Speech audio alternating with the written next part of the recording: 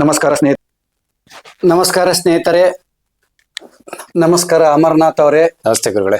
ಸ್ನೇಹಿತರೆ, ಇವತ್ತು ನಿಮ್ಮ ಮುಂದೆ ಇದ್ದಾರೆ ಬುಡಾಖಾನ್ ಕರಾಟೆ ಮಾಸ್ಟರ್, ಮೈಸೂರು. ಇವರು ನಮ್ಮ ಕುಂಡಲ್ ರಾಜಯೋಗ ದೀಕ್ಷೆಯನ್ನು ತೆಗೆದುಕೊಂಡಿದ್ದಾರೆ. ಆಮೇಲೆ ಸಾಧನೆಯನ್ನು ಪೂರ್ಣವಾಗಿ ಮಾಡಿದ್ದಾರೆ. ಈಗ ಅವರ ಪರಿಚಯ, ಆಮೇಲೆ ಅವರು ಹೇಗೆ ಸಾಧನೆ ಮಾಡಿದ್ರು, ಅವರ ಅನುಭವ ಏನು ಅಂತ ನಿಮ್ಮ ಮುಂದೆ ಅವರು ಈಗ ಹೇಳಲಿದ್ದಾರೆ. ನೇರವಾಗಿ ಕುಂತ್ಕೊಂಡು ಜೋರಾಗಿ ಹೇಳಿ. ಈಗ ನಿಮ್ಮ ಪರಿಚಯ ಮಾಡಿಕೊಡಿ. ನಿಮ್ಮ ಹೆಸರು, ಯಾವ ಊರು, ಏನ್ ಮಾಡ್ತೀರಿ, ಕೆಲಸ, ವಯಸ್ಸೆಷ್ಟು ಎಲ್ಲ ಹೇಳಿ. ನನ್ನ ಹೆಸರು ಅಮರನಾಥ್ ಅಂತ, ಮೈಸೂರು. ನಾನು ಕರಾಟೆ ಟೀಚರ್ ಮತ್ತೆ ಇನ್ವೆಸ್ಟಿಂಗ್ ಟ್ರೇಡಿಂಗ್ ಎಲ್ಲ ಮಾಡ್ತೀನಿ. ಸೊ ನಾನು ಮುಕ್ತಿಗೋಸ್ಕರ, ಈ ಬ್ರಹ್ಮಜ್ಞಾನ ಎಲ್ಲ ತಿಳ್ಕೊಳ್ಳೋದಕ್ಕೋಸ್ಕರ ಜಕ್ಕಾರೆಡ್ಡಿ ಗುರುಜಿಗಳದ್ದು ಕೊಡೋ ದೀಕ್ಷೆನ ನಾನು ಜೋರಾಗಿ ಹೇಳಿ. ದೀಕ್ಷೆ ತಗೊಂಡು ಕಂಪ್ಲೀಟ್ ಮಾಡಿದ್ದೀನಿ. ಇವತ್ತಿಗೆ ಒಂದು 5th ಸ್ಟೆಪ್ ಕಂಪ್ಲೀಟ್ ಮಾಡಿದ್ದೀನಿ. ಈಗ ನಿಮ್ಮ ಎಷ್ಟು ಜನ ಮಕ್ಕಳು ನಿಮ್ಮ ತಂದೆ ತಾಯಿಗೆ? ಟೋಟಲ್ ನಾವು 4 ಜನ ಮಕ್ಕಳು. 2 ಹೆಣ್ಮಕ್ಳಿದ್ದಾರೆ, ಹಿರಿಯವರು, ನಾನೊಬ್ಬ ಮಧ್ಯದವನು, ನನ್ನ ತಂಗಿ ಒಬ್ಳಿದ್ದಾರೆ. ಈಗ ನೀವು ಏನು ಓದಿದ್ದೀರಾ? ನಾನು ಡಿಗ್ರಿ ಮಾಡಿದ್ದೀನಿ, BA ಮುಕ್ತ ಗಂಗೋತ್ರಿ, ಮೈಸೂರಲ್ಲಿ. ಮುಂದೆ ಓದಕ್ಕಾಗ್ಲಿಲ್ಲ, ಫ್ಯಾಮಿಲಿ ಇಶ್ಯೂ ಇರೋದ್ರಿಂದ ನಾನು ನನ್ನ ತಂಗಿ ಇಬ್ರೇ ಕೆಲಸ ಮಾಡ್ಬೇಕಾಗಿ ಬಂತು. ಹಾಗಾಗಿ ನನ್ನ ಕೈಲಿ ಎಷ್ಟಾಗತ್ತೋ ಅಷ್ಟು ನಾನು ಎಜುಕೇಶನ್ ಕಂಪ್ಲೀಟ್ ಮಾಡಿದ್ದೀನಿ. ಇನ್ನು ಮುಂದೆ ಓದ್ಬೇಕು ಅಂತ ಅನ್ಕೊಂಡಿದ್ದೀನಿ. ಈಗ ನೀವು ಕರಾಟೆ ಯಾರ ಹತ್ರ ಕಲ್ತ್ರಿ? ಕರಾಟೆ ನಾನು ಕಲ್ತಿದ್ದು ಲೋಕೇಶ್ ಸರ್ ಹತ್ರ. ಮೈಸೂರಲ್ಲಿ ಲೋಕೇಶ್ ಅಂತ ಇದ್ದಾರೆ ಒಬ್ರು, ಅವ್ರ ಹತ್ರ ನಾನು ಒರಿಜಿನಲ್ ಕರಾಟೆ ಕಲ್ತೆ. ಬೇರೆ ಯಾರು ಹೇಳ್ಕೊಡಲ್ಲ ಅದು, ಯಾಕಂದ್ರೆ ಅವರು ಚೈನೀಸ್ ಹತ್ರ ಕಲ್ತಿರೋದು. ಅದು ಅವರು ಕರಾಟೆ ವೇ ಅಲ್ಲಿ ಚೈನೀಸ್ ಮಾರ್ಷಲ್ ಆರ್ಟ್ಸ್ ನ ಟೀಚ್ ಮಾಡಿದ್ದು. ಫೈಟಿಂಗ್ ಟೆಕ್ನಿಕ್ ಎಲ್ಲ ನಾವು ಮಾಡೋ ಫೈಟ್ ಸ್ಟೈಲ್ ಎಲ್ಲ ನಮ್ಮ ಲೋಕೇಶ್ ಸರ್ ಅವರು, ಅವರ ಗುರುಜಿ ಚೈನೀಸ್ ಒಬ್ರು ಮೈಸೂರಿಗೆ ಬಂದಾಗ ಸ್ಟಡೀಸ್ಗೆ ಸೆಂಟ್ ಫಿಲೋಮಿನಲ್ಲಿ, ಅವಾಗ ಅವ್ರಿಗೆ ಹೇಳ್ಕೊಟ್ಟಿದ್ರಂತೆ. ಅದನ್ನ ನಮ್ಗೆಲ್ಲ ಟೀಚ್ ಮಾಡಿದ್ದಾರೆ. ಈಗ ಪ್ರತಿ ಒಂದು ಟೂರ್ನಮೆಂಟ್ ನಾವು ಅಟೆಂಡ್ ಮಾಡಿದಾಗ, ಅವಾಗೆಲ್ಲ ಮಾಡ್ತಾ ಇದ್ದಾಗೆಲ್ಲ ನಾವೆಲ್ಲ ಏನೋ ವಿನ್ ಮಾಡಿದೀವಿ ಅಂತ ಅನ್ನೋದಕ್ಕೆ, ಚೆನ್ನಾಗೆಲ್ಲ ಮಾಡಿದೀವಿ ಅನ್ನೋದಕ್ಕೆ ಕಾರಣ ಲೋಕೇಶ್ ಸರ್. ಅವ್ರಿಗೆ ಅವ್ರ ಗುರುಗಳು ಹೇಳ್ಕೊಟ್ಟಿದ್ದು, ಚೈನೀಸ್ ಅವ್ರು ಹೇಳ್ಕೊಟ್ಟಿದ್ದ ವಿದ್ಯೆನೆ. ಆಲ್ಮೋಸ್ಟ್ ಈ ವಿದ್ಯೆ, ಈ ಚೈನೀಸ್ ಮಾರ್ಷಲ್ ಆರ್ಟ್ಸ್ ಏನಿದೆ ಅದು ಆಲ್ಮೋಸ್ಟ್ ಯಾರಿಗೂ ಗೊತ್ತಿಲ್ಲ. ಅದೇ ಒರಿಜಿನಲ್ ವಿದ್ಯೆ. ಆಕ್ಚುಲಿ ನಮ್ಮ ತಮಿಳುನಾಡಿಂದ ಹೋಗಿರುವಂತ ಒರಿಜಿನಲ್ ವಿದ್ಯೆನೆ ಅದು.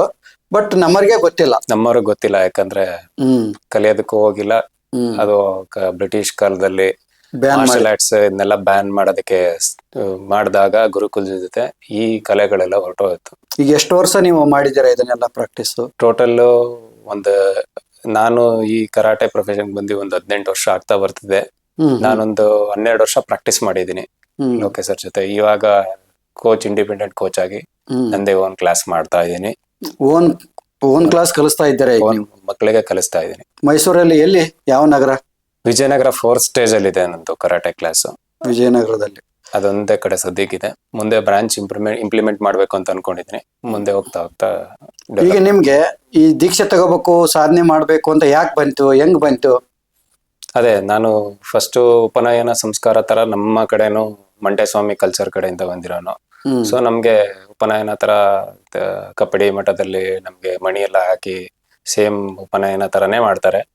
ಸೊ ಅವರಲ್ಲಿ ಬರೀ ಸನ್ಯಾಸ ತರ ಎಲ್ಲ ಏನಿಲ್ಲ, ಸಾಧನೆ ಆ ತರ ಮಾರ್ಗಗಳು ಮಂಟೇಸ್ವಾಮಿ ಅವ್ರು ಎಲ್ಲಾರ್ಗು ಹೇಳಿ, ರಾಚಪ್ಪಾಜಿ ಅವ್ರಿಗೆ ಗುಹೆಲೆಲ್ಲ 12 ವರ್ಷ ಇದ್ದು ತಪಸ್ಸೆಲ್ಲ ಮಾಡಿಸಿ ಅದೆಲ್ಲ ಹೇಳ್ಕೊಟ್ಟಿ, ಅವ್ರು ಯೋಗ ನದ್ರೆಯಲ್ಲಿ ಹೋಗಿ ಬಪ್ಪೆಗೌಡಂಪುರದಲ್ಲಿ ಅವರು 12 ಆಳುದ ಬಾವಿ ಅಂತ ಹೇಳ್ತಾರೆ, ಆ ಒಳಗೆ ಹೋಗಿ ಅವರು ಧ್ಯಾನ ಸಮಾಧಿಯಲ್ಲಿ ಹೋಗಿ ಅವ್ರ ಐಕ್ಯ ಆಗಿದ್ದಾರೆ.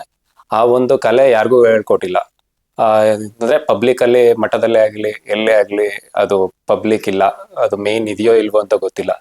ಸೊ ನಾನು ಸ್ವಲ್ಪ ಡೆಪ್ತ್ ಆಗಿ ರಿಸರ್ಚ್ ಮಾಡೋದ್ರಿಂದ ನನ್ಗೆ ಆ ಒಂದು ದೀಕ್ಷೆ ಉಪನಯನ ಮಾಡ್ಸೋದ್ರಿಂದ ಇದು ಒರಿಜಿನಲ್ ಏನಿದೆ, ಮಂಟೇಸ್ವಾಮಿ ಅವ್ರು ಏನ್ ಮಾಡಿದ್ರು, ಯೋಗ ನಿದ್ದೆ ಅಂದ್ರಲ್ಲ, ಅದೇ ಸಮಾಧಿ. ನಮ್ಮ ಪ್ರಕಾರ ಸಮಾಧಿನೇನೆ ಅವರು ಯೋಗಿಗಳು ಮಾಡ್ತಾ ಇದ್ದಿದ್ದು. ಅದು ಎಲ್ಲೂ ಮಾಡ್ತಾ ಇಲ್ವಲ್ಲ. ಈಗ ನಾವು ಫೈನಲಿ ಈಗ ಎಲ್ಲ ತಗೊಳ್ಳೋದು ಮುಕ್ತಿಗೋಸ್ಕರ ಅಲ್ವಾ. ಮುಕ್ತಿಗೋಸ್ಕರ ನಾನು ಮಾಡ್ಲೇಬೇಕು ಅಂತ ಹುಡುಕ್ತಾ ಇದ್ದೆ. ಯೂಟ್ಯೂಬ್ ಅಲ್ಲಿ ಸ್ವದೇಶಿ ಮೀಡಿಯಾದಲ್ಲಿ ನಿಮ್ದು ಒಂದ್ಸಲಿ ಇಂಟರ್ವ್ಯೂ ನೋಡ್ತೀನಿ. ನಿಮ್ ಇಂಟರ್ವ್ಯೂ ನೋಡಿ ನಾನು ಕುಂಡಲಿನಿ ರಾಜಯೋಗ ಸಮಾಧಿ ಬಗ್ಗೆ ಎಲ್ಲ ಹೇಳ್ತೀರಾ. ಆಮೇಲೆ ನಿಮ್ಗೆ ಅಡ್ಮಿಟ್ ಮಾಡಿದಾಗ ನಿಮ್ಗೆ ಹಾರ್ಟ್ ಬೀಟ್ ನಿಂತಾಗ್ಲೂ ನೀವು ಇದ್ದಿದ್ದು ಮಿರಾಕಲ್ ಅಂತ ಎಲ್ಲ ಡಾಕ್ಟರ್ಸ್ ಗಳೆಲ್ಲ ಹೇಳಿದ್ರಲ್ಲ, ಅದೆಲ್ಲ ಹೇಳ್ತಾ ಇದ್ರಲ್ಲ. ಸೊ ಅದನ್ನ ನಾನು ಮಾಡಬೇಕು ಅಂತ ಅನ್ಕೊಂಡು, ಇದು ಮೋಸ್ಟ್ ಪ್ರಾಕ್ಟಿಕಲ್ ಆಗಿರೋಂಥ ವಿದ್ಯೆ ಆಗಿರೋದ್ರಿಂದ ನಾನು ಇದನ್ನ ಮಾಡಬೇಕು ಅಂತ ಚೂಸ್ ಮಾಡ್ಕೊಂಡೆ. ನೀವು ಯಾವಾಗ ದೀಕ್ಷೆ ತಗೊಂಡಿದ್ದು? ನಾನು 2025 ಶಿವರಾತ್ರಿ ಅಮಾವಾಸ್ಯೆ ದಿನ. 2025ರಲ್ಲಿ. ಹೌದು. ಅಲ್ಲಿ ನಾವು ತಾವರೆಕೆರೆ ಶಿವನ್ ದೇವಸ್ಥಾನಕ್ಕೆ ಬಂದು ತಗೊಂಡಿದ್ದು ನೀವು. ಹೇಗೆಲ್ಲ ಅನುಭವ ಆಯ್ತು ನಿಮ್ಗೆ? ಅದನ್ನೇ ತಗೊಂಡು ದೀಕ್ಷೆ ತಗೊಂಡು ಹೋದ್ಮೇಲೆ ಯಾವ ರೀತಿಯಾದ ಅನುಭವಗಳು ಅದು ನಿಮ್ಗೆ? ಅದೇ ವಿವರಿಸಿ. ಸಾಧನೆ ಅಂದ್ರೆ ನೀವು ದೀಕ್ಷೆ ಕೊಟ್ರಿ, ನಾನು ಸ್ಟೆಪ್ ಬೈ ಸ್ಟೆಪ್ ಎಲ್ಲಾ ಸ್ಟೆಪ್ ಅಲ್ಲಿ ಏನೇನು ಅನುಭವ ಆಯ್ತು ಅಂತ ಹೇಳೋದಾದ್ರೆ, ಫಸ್ಟ್ ಸ್ಟೆಪ್ ಅಲ್ಲಿ ನಾನು ಬರೋದಕ್ಕೂ ಮುಂಚೆ, ದೀಕ್ಷೆ ತಗೊಳ್ಳೋದಕ್ಕೂ ಮುಂಚೆ ನೀವು ಒಂದ್ಸಲಿ ಯೂಟ್ಯೂಬ್ ಅಲ್ಲಿ ಹೇಳಿದ್ರಿ, ಫಸ್ಟ್ ಸ್ಟೆಪ್ ಡಿಕೋಡ್ ಮಾಡಿದ್ರಿ, ಅದ್ರ ಸ್ಟೆಪ್ಸ್ ಕುಂಬಾಕೋದು, ನೇಲ್ ಎಕ್ಸೆಲ್ ಹಿಂಗ್ ಮಾಡೋದು, ಹೋಲ್ಡ್ ಮಾಡೋದು ಅಂತ, ಅದನ್ನ ಮಾಡಿದ್ದೆ 1 ತಿಂಗಳು. ಅದಾದ್ಮೇಲೆ 2ನೇ ಸ್ಟೆಪ್ ನಮ್ಮ ಹತ್ರ ಬಂದ್ರೆ ನಾವು ಎಕ್ಸ್ಪ್ಲೈನ್ ಮಾಡ್ತೀವಿ, ಎಲ್ಲಾನು ನೆಕ್ಸ್ಟ್ ಸ್ಟೆಪ್ ಹೇಳ್ಕೊಡ್ತೀವಿ ಅಂತ ಹೇಳಿದ್ರಿ. ಸೊ ನಾನ್ ಬಂದೆ, ನೀವು ಕೊಟ್ರಿ 2ನೇ ಸ್ಟೆಪ್. ನಾನ್ ಮನೇಲೆ ಹೋಗಿ ಪ್ರಯತ್ನ ಮಾಡ್ತಾ ಇದ್ದೆ, ಅದನ್ನೆಲ್ಲ ಮೀನ್ಸ್ ಅದನ್ನ ಸಾಧನೆ ಮಾಡಕ್ ಸ್ಟಾರ್ಟ್ ಮಾಡ್ದಾಗಿಂದ ಫಸ್ಟ್ 2nd ಸ್ಟೆಪ್ ಅಲ್ಲೇ ಏನಾಯ್ತಂದ್ರೆ, ನನ್ಗೆ ಬಾಡಿಲಿರೋ ನರಗಳೆಲ್ಲ ಮಿಡಿಯೋದಕ್ಕೆ ಸ್ಟಾರ್ಟ್ ಆಯ್ತು. ಒಂಥರ ಬ್ಲಿಂಕ್ ಆಗೋ ಪಟ್ ಅನ್ನೋ ತರ. ಆದ್ರೆ ಈ ಕುಂಡಲಿನಿ ಆಕ್ಟಿವೇಟ್ ಆಗಿರ್ಲಿಲ್ಲ. ಅದಾದ್ಮೇಲೆ 2nd ಸ್ಟೆಪ್ ಮುಗಿಸ್ದೆ, 3rd ಸ್ಟೆಪ್ ಹೋದೆ. ಅಲ್ಲಿ ಸ್ವಲ್ಪ ವೈರಾಗ್ಯ ಎಲ್ಲ ಜಾಸ್ತಿ ಬಂತು. ಜೊತೆಗೆ ಅಲ್ಲಿ ಆಗಿದ್ದ ಅನುಭವ ಅಂದ್ರೆ, ಈ ಮಣಿಪೂರಕದಲ್ಲಿ ಉಸಿರು ನಿಲ್ಲೋದು, ಇದರೆಲ್ಲ ಆಗ್ತಾ ಇತ್ತು. ಸೊ ವೈರಾಗ್ಯ ಎಲ್ಲ ಜಾಸ್ತಿ ಬಂದಿದ್ರಿಂದ ಎಲ್ಲ ಸನ್ಯಾಸಿ ಆಗ್ಬಿಡ್ತೀನೇನೋ ಅನ್ನೋ ಒಂದು ಇದಕ್ಕೋಸ್ಕರ ಇದು ಆಲೋಚನೆ ಬಂದ್ಬಿಡ್ತು. ಹಾಗಾಗಿ ನಾನು ಅದನ್ನ ಸ್ಟಾಪ್ ಮಾಡ್ಬೇಕಾಗಿ ಬಂತು.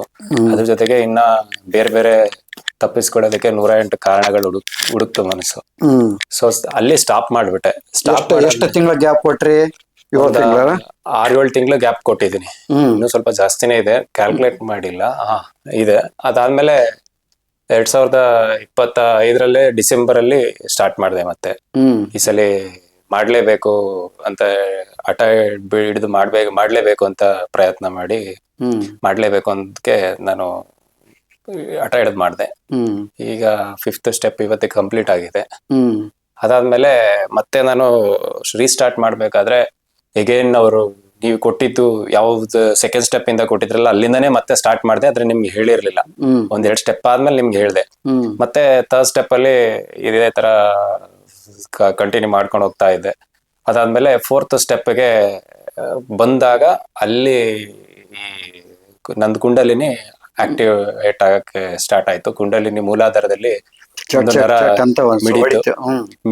ಮಿಡಿದಿ ನನಗೆ ಆಕ್ಟಿವೇಟ್ ಆಗಿ ಅದು ಮೇಲೆ ಏರ್ತಾ ಇದ್ರೆ ಕರ್ಕೊಂಡ್ ಬರೋ ತರ ಹೋಗಿ ಕೊರಿತಾ ಇತ್ತು ಕುಂಡಲಿನಿ ಸುಷುಮ್ನ ಬಂದ್ ಮೇಲ್ ನಿಧಾನಕ್ಕೆ ಬಂದು ತಣ್ಣಗಾಗಿ ಈ ಅನಾಥ ಬ್ಯಾಕ್ ಸೈಡ್ ಅಲ್ಲಿ ಅನಾಥ ಇದೆಯಲ್ಲ, ಫುಲ್ ರೌಂಡ್ಗೆ ತಂಪಾಗಿ ಆಗಕ್ಕೆ ಸ್ಟಾರ್ಟ್ ಆಗಿತ್ತು. ಇದಕ್ ಮುಂಚೆ ಬರೀ ನಾನ್ ಧ್ಯಾನ ಮಾಡ್ಬೇಕಾದ್ರೆ 3rd ಸ್ಟೇಜ್ ಸ್ಟಾಪ್ ಮಾಡೋಕೆ ಮುಂಚೆ ಈ ತರ ಆಗಿತ್ತು. ಬಟ್ ಸುಷುಮ್ನ ಆಕ್ಟಿವೇಟ್ ಆಗಿರ್ಲಿಲ್ಲ. ಚಕ್ರ ತಂಪು ಅನುಭವ ಆಗಿತ್ತು. ಈ ಸುಷುಮ್ನ ಆಕ್ಟಿವ್ ಆಗಿ ಅಲ್ಲಿ ಟಚ್ ಆದಾಗ ಸೇಮ್ ಅದೇ ತರ ವೃತ್ತಕ್ಕೆ ಹೋಗಿ ನಿಂತ್ಕೊಂಡಾಗ ನನ್ಗೆ ತಣ್ಣನೆ ಅನುಭವ ಬಂತು. ಅದಾದ್ಮೇಲೆ 5th ಸ್ಟೆಪ್ ಮಾಡಿದೆ. 5th ಸ್ಟೆಪ್ ಅಲ್ಲಿ ಉಸಿರು ಕುಂಭಕ ಹಿಡಿದ್ರೇನೆ ಒಂಥರ ಸಮಾಧಾನ, ಆನಂದ ಅನ್ನೋ ತರ ಕುಂಭಕದಲ್ಲಿ ನನಗೆ ಸಮಾಧಾನ ಆನಂದ 1-2-3 ದಿನ ಆಯ್ತು. ಅದಾದ್ಮೇಲೆ ನಿಧಾನಕ್ಕೆ ನನ್ಗೂ ಸ್ವಲ್ಪ ವರ್ಕ್ ಪ್ರೊಫೆಷನ್ ಸ್ವಲ್ಪ ಹಾರ್ಡ್ ಇದೆ. ಕಿರ್ಚ್ಬೇಕಾಗತ್ತೆ, ಮಕ್ಳ ಹತ್ರ ಜೋರಾಗಿ ಮಾತಾಡ್ಬೇಕಾಗತ್ತೆ, ಅವ್ರನ್ನೆಲ್ಲ ಅಟೆನ್ಷನ್ ಗ್ರ್ಯಾಬ್ ಮಾಡೋದಕ್ಕೆ ಸ್ವಲ್ಪ ಗಡ್ಸಾಗಿರ್ಬೇಕಾಗತ್ತೆ. ಅಲ್ಲಿ ಸ್ವಲ್ಪ ಎನರ್ಜಿ ಹೋಗ್ತಾ ಇರೋದು ಗೊತ್ತಾಯ್ತು ನನ್ಗೆ, ಅಲ್ಲೆಲ್ಲ ಪವರ್ ಹೋಗ್ತಾ ಇರೋದು. ಸೊ ಹಾಗಾಗಿ ಸ್ವಲ್ಪ ಅದು ಅನುಭವಗಳು ಕಡಿಮೆ ಆಗ್ತಾ ಇದೆ. ಅದು ನನ್ನಲ್ಲಿರೋ ಫಾಲ್ಟ್, ಅದು ನನ್ನ ಕರ್ಮದಲ್ಲಿರೋ ಅಂತದ್ದು. ಏನು ಮಾಡಕ್ಕಾಗಲ್ಲ. ನಾನು ಅದನ್ನೇ ಭಗವಂತನಿಗೆ ಸಮರ್ಪಣೆ ಮಾಡಿ ಮಾಡ್ಬೇಕು. ಎರಡನ್ನೂ ಜೊತೆಗೂಡ್ಸಿ ಮಿಕ್ಸ್ ಅಲ್ಲಿ ಕಂಬೈನ್ ಆಗಿ ಮಾಡ್ಬೇಕು ಅಂತ ನಾನು ಆದಷ್ಟು ಟ್ರೈ ಮಾಡಿದೆ. ನಿಮ್ಗೆ ಒಂದು ವಿಶೇಷವಾದ ಅನುಭವ, ಶರೀರ ಬೇರೆ ಆತ್ಮ ಬೇರೆ ಎಂಬ ಅನುಭವ ನಿಮ್ಗಾಗಿದೆ. ಧ್ಯಾನ ಮಾಡ್ಬೇಕಾದ್ರೆ ನನಗೆ ಅದೇ ಬಾಡಿ ಹಿಂಗ್ ನಿಂತಿರತ್ತೆ, ಅಂದ್ರೆ ನನ್ ಹಿಂಗ್ ಕೂತಿದ್ರೆ ಬಾಡಿ ಹಿಂಗ್ ಅಲ್ಗಾಡತ್ತೆ, ಏನೋ ಒಂದ್ ಮಧ್ಯದಲ್ಲಿ ನಾನ್ ಸಿಗಾಕೊಂಡಿದೀನಿ ಒಳಗಡೆ. ಈಗ ತೆಂಗಿನಕಾಯಿ ಒಣಗಿದ ಮೇಲೆ ಗಿಟಕಾಯಿ ಹೆಂಗ್ ಅಳಿಗಾಡುತ್ತೋ ಆ ರೀತಿಯಾದ ಅನುಭವ ಇವ್ರಿಗೆ ಆಗಿದೆ. ಅಂದ್ರೆ ದೇಹ ಬೇರೆ ಆತ್ಮ ಬೇರೆ ಎಂಬ ಭಾವ ಅವರಿಗೆ ಸ್ಪಷ್ಟವಾಗಿ ಗೋಚರ ಆಗಿದೆ. ಅನುಭವಕ್ಕೂ ಕೂಡ ಬಂದಿದೆ ಅವ್ರಿಗೆ. ಮತ್ತೇನೆಲ್ಲ ಅನುಭವಗಳಾಗಿದ್ದಾವೆ ನಿಮ್ಗೆ? ಆಮೇಲೆ ಅದಾದ್ಮೇಲೆ ಈಗ 5th ಸ್ಟೆಪ್ ಕಂಪ್ಲೀಟ್ ಆದ್ಮೇಲೆ ಇನ್ನೂ ಒಂದು ತಿಂಗಳು ಎಕ್ಸ್ಟ್ರಾ ಮಾಡೋದಕ್ಕೆ ಹೇಳಿದ್ರಿ. ನಾನು ಅದನ್ನ ಕಂಟಿನ್ಯೂ ಮಾಡ್ತಾ ಮಾಡ್ತಾ ಒಂದ್ 15 ದಿನ ಆದ್ಮೇಲೆ, 15 ದಿನ ಅಲ್ಲ, ಒಂದ್ ವಾರ ಆದ್ಮೇಲೆ ನನಗೆ ಮನಸ್ಸು ಧ್ಯಾನ ಕೂತಾಗ ತುಂಬಾ ಚಂಚಲ ಆಗಿ ಸಡನ್ ಆಗಿ ಉಸಿರು ನಿಲ್ತು. ಕುಂಭಕ ತರ ನಿಂತಾಗ ಆಗ್ತಾ ಇದ್ದಿದ್ದು ಮನಸ್ಸಲ್ಲಿ ಆಲೋಚನೆಗಳು ಇದೆಲ್ಲ ಸಡನ್ ಆಗಿ ಒಂದೇ ಸಲ ನಿಂತು ಬಿಡ್ತು. ಅದೊಂದು ಅನುಭವ ಆಗಿದೆ. ಮತ್ತೆ ನನ್ಗೆ ಏನೇ ಸಮಸ್ಯೆ ಇದ್ರು ದೇವಿ ಪಾರಾಯಣ ಮತ್ತೆ ಇದ್ ಮಾಡ್ತೀನಲ್ಲ, ಮಾರ್ನಿಂಗ್ ಉಪಾಸನೆ ಮಾಡ್ತೀನಲ್ಲ, ಸೊ ನನಗೆ ಮೊದ್ಲಿದ್ದಷ್ಟು ಕಷ್ಟಗಳಿಲ್ಲ. ಫೈನಾನ್ಷಿಯಲಿ ಆಗಿರ್ಬೋದು, ಫ್ಯಾಮಿಲಿಲಿ ಆಗಿರ್ಬೋದು, ಯಾವುದೇ ತರ ಆಲ್ಮೋಸ್ಟ್ ಕಷ್ಟಗಳಿಲ್ಲ. ಏನಾರ ಎಕ್ಸ್ಟ್ರಾ ಆಲ್ಮೋಸ್ಟ್ ಅಲ್ಲಿ ಸ್ವಲ್ಪ ಏನ್ ಉಳಿದಿರೋದು ಏನ್ ಕಷ್ಟ ಬರ್ತಾ ಇದೆ ಅದು ನನ್ ಕರ್ಮದ ಫಲ. ಅದು ಗೊತ್ತಾಗತ್ತೆ ನನ್ಗೆ ಕ್ಲಿಯರ್ ಆಗಿ ಮಾಡ್ತಾ ಇದ್ರೆ ಅದ್ ಅರ್ಥ ಆಗತ್ತೆ. ಮುಂದೆ ಬರುವಂತ ಸೂಚನೆಗಳು ಕೂಡ ಈಗ ಗೊತ್ತಾಗ್ತಾ ಇದೆ. ಮತ್ತೆ ಇವಾಗ ಏನಾರ ಸಮಸ್ಯೆಗಳು ಸ್ಟಾರ್ಟ್ ಆಯ್ತು ಅಂದ್ರೆ ಮೊದ್ಲೇ ನನ್ಗೆ ಗೊತ್ತಾಗತ್ತೆ. ನಾನು ಕರೆಕ್ಟ್ ಆಗಿ ಸರಿಯಾಗಿ ನಾನು ಧ್ಯಾನ ಇದೆಲ್ಲ ಚೆನ್ನಾಗಿ ಮಾಡಿದ್ರೆ ಅದ್ರ ನಾಳೆಗೆನೆ ನೀಟಾಗಿ ಏಕಾಗ್ರತೆ ಚೆನ್ನಾಗಿ ಮಾಡಿದ್ರೆ, ಇಲ್ಲಾಂದ್ರೆ ಸ್ವಲ್ಪ ನಿಧಾನಕ್ಕೆ ಕಾನ್ಫಿಡೆಂಟ್ ಆಗಿ ಬರಲ್ಲ, ಗೊತ್ತಾಗತ್ತೆ ಕಾನ್ಫಿಡೆಂಟ್ ಆಗಿ ಗೊತ್ತಾಗಲ್ಲ, ಪಕ್ಕ ಗೊತ್ತಾಗಲ್ಲ. ಬಂದ ಅನುಭವ ಆದಾಗ ನನಗದು ಗೊತ್ತಾಗತ್ತೆ, ಮೊದ್ಲೇ ಹೇಳಿತ್ತು ಅಂತ. ಸುಪ್ತ ಮನಸ್ಸು ಅಷ್ಟು ಓಪನ್ ಆಗಿದೆ, ಅದು 6th ಸೆನ್ಸ್ ಸ್ವಲ್ಪ ಓಪನ್ ಆಗಿದೆ. 6th ಸೆನ್ಸ್ ಮುಂದೆ ಆಗುವಂತದ್ದು ಸ್ವಲ್ಪ ಗೋಚರ ಆಗುತ್ತೆ. ಅದು ನೀನು ತಿಳ್ಕೊಳಕ್ ಆಗೋದಿಲ್ಲ.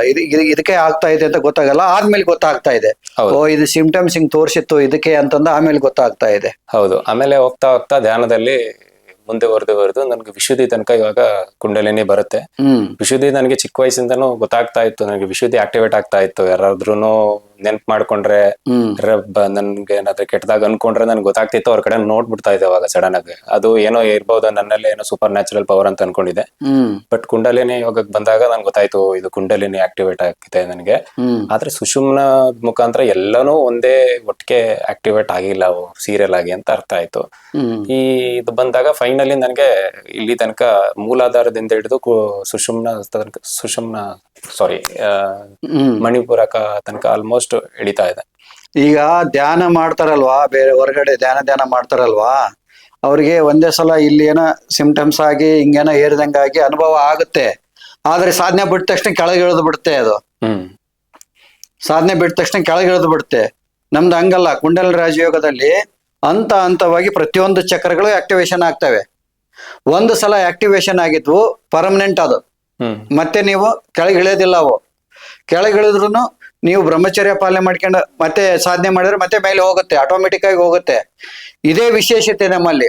ನೋಡಿ, ಈಗ ನಾನು ಅದನ್ನೇ ಅನ್ಕೊಂಡೆ, ಈಗ ಬ್ರಹ್ಮಚಾರನೇ ನೆನ್ಪು ಮಾಡ್ಕೊಂಡೆ. ಇವಾಗ ನೀವು ಅದನ್ನೇ ಹೇಳ್ತಾ ಇದ್ದೀರಾ. ಸೊ ಇದ್ರಲ್ಲಿ ನಮ್ಮ ಕನ್ಸಲ್ಲಿದ್ದಾಗ ಸ್ವಲ್ಪನೂ ಅದು ಲಾಸ್ ಆಗಿದೆ. ಅದು ನಮ್ ಕೈಯಲ್ಲಿ ಕಂಟ್ರೋಲ್ ಇಲ್ದಾಗ ಅದು ನನ್ ತಪ್ಪೇನಿರಲ್ಲ. ಅದು ದೈಹಿಕವಾಗಿ ದೇಹದಲ್ಲಿ ಆಗ್ಬೇಕಾಗಿರೋ ನ್ಯಾಚುರಲ್ ಕ್ರಿಯೆಗಳು ಅದು ಒಂದ್ಸಲಿ ಹೋಗುತ್ತೆ. ಆಮೇಲೆ ನೀವು ಫುಡ್ ಹೇಳಿದ್ರಿ, ಕಷ್ಟಪಟ್ಟು ಮಾಡ್ಬೇಕು ಅಂತ. ಆಮೇಲೆ ಅದನ್ನೆಲ್ಲ ಫಾಲೋ ಮಾಡಾದ್ಮೇಲೆ ಆಲ್ಮೋಸ್ಟ್ ಕಂಟ್ರೋಲ್ ಆಗ್ಬಿಟ್ಟಿದೆ. ಅದು ವೀರ್ಯಸ್ಖಲನ ಎಲ್ಲ ಸಮಸ್ಯೆಗಳು ನ್ಯಾಚುರಲ್ ಆಗೋದು ನಿಂತೋಗಿದೆ. ಇವತ್ತು ಊಟದಲ್ಲಿ, ಗಾಳಿಯಲ್ಲಿ, ನೀರಿನಲ್ಲಿ ಎಲ್ಲ ಮಿಸ್ಟೇಕ್ ಆಗ್ತಾ ಇದೆ. ಊಟದಲ್ಲಿ, ಗಾಳಿಯಲ್ಲಿ, ನೀರಿನಲ್ಲಿ ಎಲ್ಲ ಕಲುಷಿತ ಆಗ್ತಾ ಇದೆ. ಹಾಗಾಗಿ ಇವತ್ತು ಬ್ರಹ್ಮಚರ್ಯ ಪಾಲನೆ ಸ್ವಲ್ಪ ಕಷ್ಟ ಆಗ್ತಾ ಇದೆ. ನನ್ನ ಪ್ರಕಾರ ಅದು ದೋಷ ಎಲ್ಲರಿಗೂ. ಈಗಿನ ಕಾಲದಲ್ಲಿ ಇರೋ ದೋಷಗಳದೆಲ್ಲ ಅದು ನಾವ್ ಮಾಡಿರೋ ಫುಡ್ಡಿಂದು ನಮ್ಮ ಎಕೋಸಿಸ್ಟಮ್ ಹಾಳು ಮಾಡಿರೋದು, ಇದರಿಂದ ನಮ್ಗೆ ಆಗ್ತಿರೋ ಶಾಪಗಳು ಅಂತ ನಾನು ಅನ್ಕೋತೀನಿ. ಈಗ ನಿಮ್ಗೆ ಏನೇ ಕಷ್ಟಗಳು ಬಂದ್ರೆ ಎದುರಿಸುವ ಸಾಮರ್ಥ್ಯ ಇದೆ. ಆಮೇಲೆ ಎಲ್ಲ ಕಷ್ಟಗಳು ಕೂಡ ದೂರ ಆಗ್ತಾ ಇದಾವೆ. ಹೌದು. ಮತ್ತೆ ಶೂನ್ಯ ಅನುಭವ ಅಂತ ಹೇಳ್ತಾರಲ್ಲ, ಆತರ ಕತ್ತಲಲ್ಲಿ ಹೋಗಿ ಮನ್ಸು ಕುಂಭಕಕ್ಕೆ ನಿಲ್ಸಿದಾಗ ಧ್ಯಾನದಲ್ಲಿ ಮನ್ಸು ಸ್ಟಾಪ್ ಆಗ್ಬಿಡತ್ತೆ. ಏನಾರ ಪ್ರಾಬ್ಲಮ್ ಇತ್ತು ಅಂದ್ರೆ ನಾನು ಒಂದ್ 10 ನಿಮಿಷ ಹೋಗಿ ಧ್ಯಾನ ಮಾಡಿ ಹಿಂಗೆ ಕುಂಭಕ ನಿಲ್ಸ್ಬಿಟ್ಟು ಮಾಡ್ತು ಅಂದ್ರೆ ಕತ್ಲಲ್ಲಿ ಮನಸ್ಸು ಕಂಟ್ರೋಲ್ ಬಂದ್ಬಿಡುತ್ತೆ. ಅಂದ್ರೆ ಆ ಬರ್ತಾ ಇರೋದು ಯೋಚನೆ ಮರ್ತೋಗುತ್ತೆ, ಇಲ್ಲಿ ಫೋಕಸ್ ಇಲ್ಲ ಆಗತ್ತೆ. ಯೋಚನೆಗಳು ಆಟೋಮೆಟಿಕ್ಲಿ ಮರ್ತೋಗುತ್ತೆ ನಾವು ಫೋಕಸ್ಡ್ ಆಗಿ ಕರೆಕ್ಟ್ ಆಗಿ ಮನ್ಸು ನಿಲ್ಸಕ್ ಬಂದ್ರೆ. ಶ್ವೇತಾಶ್ವತರದಲ್ಲಿ ಹೇಳೋ ತರ ನಾವು ಪ್ರಾಣ ವಾಯು ನಿಲ್ಲಿಸಿದಾಗ ಮನ್ಸು ನಿಲ್ಲುತ್ತೆ ಅಂದ್ರಲ್ಲ, ಅದ್ರ ಅನುಭವ ನನ್ಗೆ ಆಲ್ಮೋಸ್ಟ್ ಆಗಿದೆ. ಇನ್ನು ಬೆಳಕಿನ ಅನುಭವ ಆಗ್ಬೇಕು. ಅದಾದ್ರೆ ನಾನು ಶ್ವೇತಾಶ್ವತರ ಋಷಿ ಮುಟ್ಟಿದ್ರಲ್ಲ, ಅವ್ರು ಆ ಮಾರ್ಗದಲ್ಲೇ ಹೇಳ್ತಾ ಇರೋದ್ರಲ್ಲಿ ಹೋಗ್ತಾ ಇದೀನಿ ಅನ್ನೋ ಇನ್ನು ಕಾನ್ಫಿಡೆನ್ಸ್ ಜಾಸ್ತಿ ಆಗುತ್ತೆ. ಅದು ಆಗತ್ತೆ. ಇಲ್ಲಿ ನಮ್ಮ ಪ್ರಾಣಾಯಾಮದಲ್ಲಿ ಏನಾಗುತ್ತೆ, ಅನಾಥ ವಿಶುದ್ಧದವರೆಗೆ ಕರ್ಕೊಂಡು ಹೋಗುತ್ತೆ ಪ್ರಾಣಾಯಾಮ. ಅಲ್ಲಿ ನಿಮ್ಮ ಪ್ರಾರಬ್ಧ ಕರ್ಮ ಕಳ್ಕೊಂಡು ನೀವು ಮುಂದೆ ಹೋಗ್ಬೇಕಾಗುತ್ತೆ. ಧ್ಯಾನದಲ್ಲಿ ಮುಂದೆ ಹೋಗ್ಬೇಕಾಗುತ್ತೆ. ಕನಿಷ್ಠ 2 ಗಂಟೆ 3 ಗಂಟೆ ಆದ್ರೂ ಕೂಡ ನೀವು ಕಡ್ಡಾಯವಾಗಿ ಧ್ಯಾನ ಮಾಡ್ಬೇಕಾಗುತ್ತೆ. ಅಂದಾಗ ಮಾತ್ರ ನೀವು ಇನ್ನು ಮುಂದೆ ಹೋಗ್ತೀರಾ. ಈಗಾಗಲೇ ನಿಮ್ಗೆ ಅನುಭವ ಆಗಿದೆ.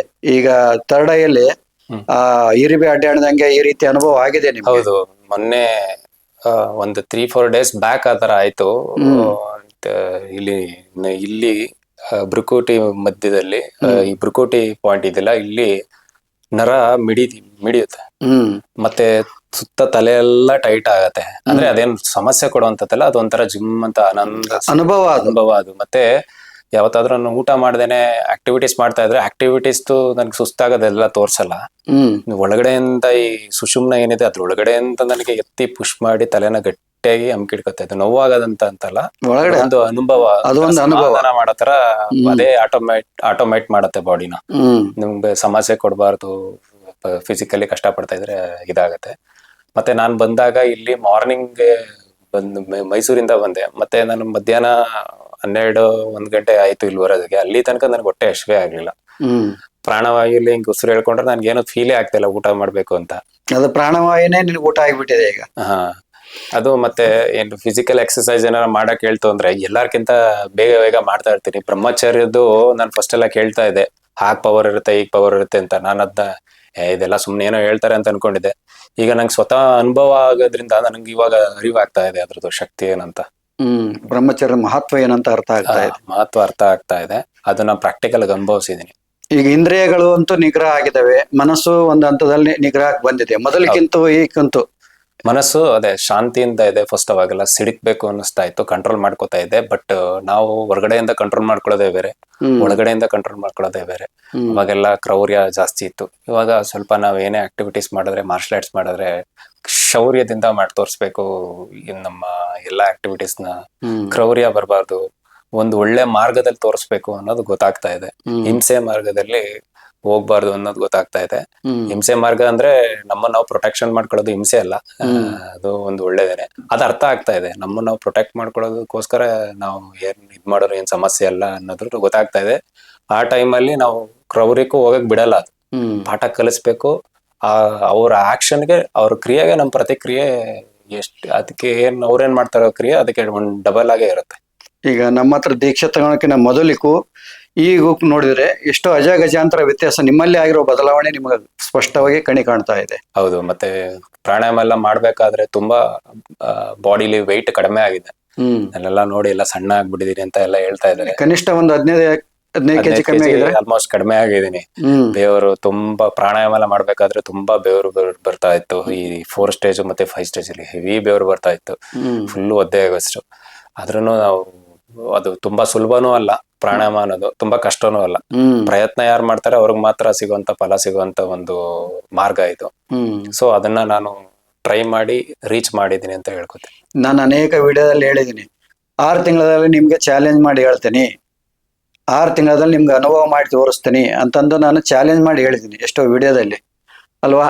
ಆ ರೀತಿ ಅನುಭವಗಳಾಗಿದ್ದಾವೆ. ನಮ್ಮ ಹತ್ರ ದೀಕ್ಷೆ ತಗೊಂಡು ಸಾಧನೆ ಮಾಡಿದವ್ರಿಗೆ ಅದೇ ರೀತಿ ಅನುಭವಗಳಾಗಿದೆ. ಪಕ್ಕ ಯಾರು ಕರೆಕ್ಟಾಗಿ ನಾವು ಹೇಳಿದಂಗೆ ಯಾರು ಸಾಧನೆ ಮಾಡಿದಾರೋ, ನಾವು ಹೇಳಿದಂಗೆ ಮಾಡ್ಬೇಕು, ತಮ್ಮ ಸ್ವಂತ ಬುದ್ಧಿ ಉಪಯೋಗ ಮಾಡಬಾರ್ದು. ನಾವು ಹೇಳ್ದಷ್ಟು ಮಾಡಿದವರಿಗೆ ಅವ್ರಿಗೆ ಅನುಭವಗಳು ಆಗಿದ್ದಾವೆ. ಅವರು ಸಾಧನೆ ಮಾಡೋದ್ ಬಿಟ್ರೆ ಅದು ನಮ್ಮ ತಪ್ಪಲ್ಲ, ಅವ್ರ ತಪ್ಪು. ಕರೆಕ್ಟಾಗಿ ಸಾಧನೆ ಮಾಡಿದ್ರೆ ನಾವು ಹೇಳಿದ ಅನುಭವ ಆಗುತ್ತೆ. ಮತ್ತೆ ಇನ್ನೊಂದು ನಾನು ಅನ್ಕೊಂಡೆ, ನನಗೆ ಥರ್ಡ್ ಸ್ಟೆಪ್ ನಾನು ಮೊದ್ಲು ಮಾಡಿದ್ನಲ್ಲ, ಅವಾಗ ಕುಂಭಕ ನಿಲ್ತಾ ಇತ್ತಲ್ಲ, ಆ ಎನರ್ಜಿನೇ ನಾನು ಕಂಟಿನ್ಯೂಟಿ ಆಗಿ ಮಾಡಿದಿದ್ರೆ ಇಷ್ಟೊತ್ತಿಗೆ ನಾನು ಆಲ್ಮೋಸ್ಟ್ ಸಮಾಧಿಗೆ ಬರ್ತಾ ಇದ್ದೆ ಅಂತ ಫೀಲ್ ಆಗ್ತಾ ಇದೆ. ನನ್ಗೆ ಗೊತ್ತಾಗತ್ತೆ ನಾನು ಎಲ್ಲಿ ನಾನೇ ಸ್ವಲ್ಪ ಬ್ರೇಕ್ ಮಾಡೋದ್ರಿಂದ ಇದು ಸ್ವಲ್ಪ ನನ್ಗೆ ಅನುಭವಗಳು ಈ ತರ ಇದೆ ಅಂತ ನಾನು. ಸಾಧಕರಿಗೆ ಒಂದು ವಿಶೇಷ ಸೂಚನೆ ಏನಂದ್ರೆ, ನಮ್ಮ ಹತ್ರ ದೀಕ್ಷೆಗೆ ಬಂದು ದೀಕ್ಷೆ ತಗೊಂಡು ಹೋದ್ಮೇಲೆ ನಾವು ಶಕ್ತಿ ಕೊಟ್ಟಿರ್ತೀವಿ. ಯಾವುದೇ ಕಾರಣಕ್ಕೂ ಮಧ್ಯದಲ್ಲಿ ನಿಲ್ಲಿಸಬಾರ್ದು. ಸಾಧನೆನ ಮಧ್ಯದಲ್ಲಿ ನಿಲ್ಲಿಸ್ಬಿಟ್ರೆ ಅದನ್ನ ಮತ್ತೆ ಎತ್ಕೊಳ್ಳೋದು ಕಷ್ಟ ಆಗುತ್ತೆ. ಯಾಕಂದ್ರೆ ನಿಮ್ಮ ಸ್ವಂತ ಶಕ್ತಿ ಮೇಲೆ ಎತ್ಕೋಬೇಕಾಗತ್ತೆ, ಅದು ಕಷ್ಟ ಆಗುತ್ತೆ. ಅದಕ್ಕೆ ನಿಮ್ಗೆ ಮುಂದೆ ಮಾಡೋಕ್ಕಾಗೋದಿಲ್ಲ. ಏನೇ ಕಷ್ಟ ಬರಲಿ, ಏನೇ ಬರಲಿ, ಹಿಡಿದ ಮೇಲೆ ಕೊನೆವರೆಗೂ ಬಿಡಬಾರ್ದು, ಮುಗಿಸೋವರೆಗೂ ಬಿಡಬಾರ್ದು. ಇದು ಒಂದು ಛಲ ನಿಮ್ಮಲ್ಲಿದ್ರೆ ಏನ್ ಬೇಕಾದ್ರೂ ಸಾಧಿಸ್ತೀರ ನೀವು. ಅವ್ರು ನೋಡಿ ಮಧ್ಯದಲ್ಲಿ ಬ್ರೇಕ್ ಮಾಡಿದಕ್ಕೆ ಆಮೇಲೆ ಎತ್ಕೊಳಕ್ ಎಷ್ಟು ಕಷ್ಟ ಆಗಿದೆ ಹೇಳಿ, ನಿಮ್ಗೆ ಎಷ್ಟು ಕಷ್ಟ ಆಯ್ತು ನಿಮ್ಗೆ. ಹೌದು, ನಾನು ಅನ್ಕೊಂಡೆ ನನಗೆ ಹಂಗ ಆಗ್ತಾ ಇದೆಯಲ್ಲ, ಇಷ್ಟು ಸ್ಟ್ರಾಂಗ್ ಇರೋನು, ಫಿಸಿಕಲಿ ಮೆಂಟಲಿ ಸ್ವಲ್ಪ ಸ್ಟ್ರಾಂಗ್ ಇರೋನ್ಗೆ ಈ ತರ ಸೈಕಾಲಜಿ ಎಲ್ಲ ಗೊತ್ತಿರೋನ್ಗೆ ಹೆಂಗ್ ಆಗ್ತಿದೆಯಲ್ಲ, ಮಾಮೂಲಿ ಜನಕ್ಕೆ ಹೆಂಗಾಗತ್ತೆ ಅಂತ ನಾನು ಇದ್ ಮಾಡ್ದೆ. ನಾನು ಹಂಗೂ ಹಠ ಬಿಡ್ಲಿಲ್ಲ, ಮಾಡ್ಲೇಬೇಕು ಅಂತ ಮಾಡ್ದೆ. ಯಾಕಂದ್ರೆ ಈಗ ನೋಡ್ತಾ ಇರ್ಬೋದು ಸೋಷಿಯಲ್ ಮೀಡಿಯಾದಲ್ಲೆಲ್ಲ ನಮ್ಮ ಹಿಂದೂಗಳ ಮೇಲೆ ಯಾವ ತರ ಅಟ್ಯಾಕ್ಗಳಾಗ್ತದೆ, ಯಾವ ತರ ಶೋಷಣೆಗಳಾಗ್ತಾ ಇದೆ ಅಂತ.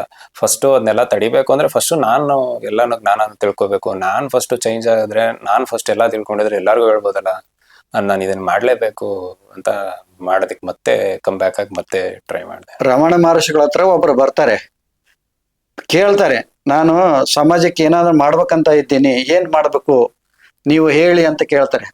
ಅವಾಗ ರಮಣ ಮಹರ್ಷಿ ಹೇಳೋದು ಒಂದೇ, ಊಹ್ಯಮಾಯ್, ನೀನ್ ಯಾರು ಅಂತ ಮೊದಲು ತಿಳ್ಕೊ, ಬ್ರಹ್ಮಜ್ಞಾನಿ ಆಗು, ಆತ್ಮಜ್ಞಾನಿ ಆಗು, ಅದೇ ನೀನ್ ಸಮಾಜಕ್ಕೆ ಕೊಡಬೇಕಾದಂತ ದೊಡ್ಡ ದಾನ, ಕೊಡುಗೆ ಅಂತಂದು ಹೇಳ್ತಾರೆ. ಅಂದ್ರೆ ಆತ್ಮಜ್ಞಾನಿ ಆಗೋದೇ ದೊಡ್ಡ ಕೊಡುಗೆ ಇಲ್ಲಿ, ನಮ್ಮನ್ನ ನಾವು ತಿಳ್ಕೊಳೋದೇ ದೊಡ್ಡ ಕೊಡುಗೆ. ಆಮೇಲೆ ನೀವು ತಪೋಬಲ ಅರ್ಜಿಸಿದ ಮೇಲೆ ಸಮಾಜಕ್ಕೆ ದೇಶಕ್ಕೆ ಏನ್ ಬೇಕಾದ್ರೂ ನೀವು ಮಾಡ್ಬೋದು. ಮೊದಲು ಅರ್ಜನೆ ಮಾಡಿ ಆಮೇಲೆ ಹಂಚಿ. ಅರ್ಜನೆ ಏನು ಇಲ್ಲ, ಸುಮ್ಮನೆ ಹಂಚ್ತಿ ಬಾಯಲ್ಲಿ ಬರೇ ಮಾತಾಡ್ತಿದ್ರೆ ಯಾವ ಕೆಲಸನೂ ಆಗೋದಿಲ್ಲ. ದೇಶಕ್ಕಾಗಿ ಧರ್ಮಕ್ಕಾಗಿ ದುಡಿಬೇಕಾದ್ರೆ ಮೊದಲು ಸಾಧನೆ ಮಾಡಬೇಕು.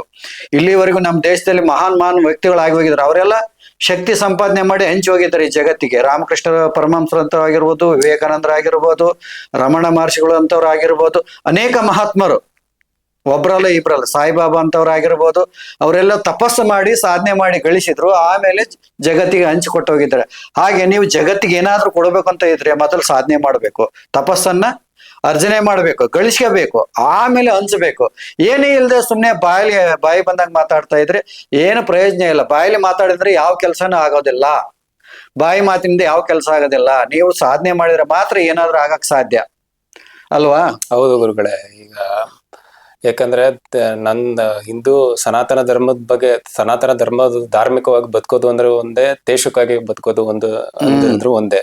ಇದನ್ನ ಕೇಳಿದ್ದ ಸುಭಾಷ್ ಚಂದ್ರ ಬೋಸ್ ಅವರು ಈ ವಿವೇಕಾನಂದ್ರದ ಇದೆಲ್ಲ ಹೋದಾಗ ಸುಮಾರು ಜನ ಕ್ರಾಂತಿಕಾರಿಗಳು ಚೇಂಜ್ ಆಗಿದ್ದು ವಿವೇಕಾನಂದ್ರಿಂದನೇ. ಯಾಕಂದ್ರೆ ಫಸ್ಟ್ ಯೋಗಿ ಆಗೋ ಮೊದ್ಲು ಇನ್ನೊಬ್ರಿಗೆ ಉಪಯೋಗಿ ಆಗ್ಬೇಕು ಅಂತ ಹೇಳಿದ್ದು. ಯಾಕಂದ್ರೆ ತಮೋಗುಣ ಜಾಸ್ತಿ ಇತ್ತು ಅವರಲ್ಲೆಲ್ಲ, ನಮ್ಮ ದೇಶ ಜನಕ್ಕೆ. ಅವ್ರನ್ನೆಲ್ಲ ರಜೋಗುಣಕ್ಕೆ ತಂದ್ರು. ರಜೋಗುಣದಿಂದ ಸಾತ್ವಿಕಕ್ಕೆ ಚೆನ್ನಾಗಿ ಆಕ್ಟಿವ್ ಆಗ್ತಾ ಇರ್ಬೋದು ಅಂತ ವಿವೇಕಾನಂದ್ರ ಕಾನ್ಸೆಪ್ಟ್. ಸೊ ನಮ್ಗೆ ಅಷ್ಟೆಲ್ಲ ಕಷ್ಟಪಡೋ ಅವಶ್ಯಕತೆನೇ ಇಲ್ಲ. ನೀವೊಂದು ಅನುಶಾಸನ ಕೊಟ್ಟು ಅದಕ್ಕೆ ಆದಂತ ಚೌಕಟ್ಟು ಮಾಡಿ ಕರೆಕ್ಟ್ ಪ್ರಾಪರ್ ವೇ ಕೊಟ್ಟಿದ್ದೀರಾ. ಇದ್ರಲ್ಲಿ ಮಾಡಿದ್ರೆ 100% ನಿಮ್ಗೆ ಒಂದು ಮುಕ್ತಿ ಗ್ಯಾರಂಟಿ. ಕರೆಕ್ಟ್ ಆಗಿ ನೀವು ಹೇಳಿದ್ನ ಪಾಲನೆ ಮಾಡ್ಕೊಂಡು ಹೋದ್ರೆ ಇದಾಗತ್ತೆ ಅನ್ನೋದಕ್ಕೆ ನಾನು ಸಾಕ್ಷಿ ಇದ್ದೀನಿ. ಅಲ್ಲ, ಈಗ ನಾವು ಒಂದು ಅನುಶಾಸನ ಅಂತ ಹಾಕಿ ಕೊಡ್ತೀವಿ. ಬೆಳಗ್ಗೆ 4 ಗಂಟೆಗೆ ಎದ್ದೇಳಬೇಕು, ಕೈಕಾಲು ಮುಖ ತಕೊಂಡು ಪ್ರಾಣಾಯಾಮ ಮಾಡಬೇಕು, ಸ್ನಾನ ಮಾಡಿ ದೇವಿ ಪೂಜೆ ಮತ್ತು ಪಾರಾಯಣ ಮಾಡಬೇಕು, ಆಮೇಲೆ ಗಾಯತ್ರಿ ಮಂತ್ರ ಜಪ ಮಾಡಬೇಕು.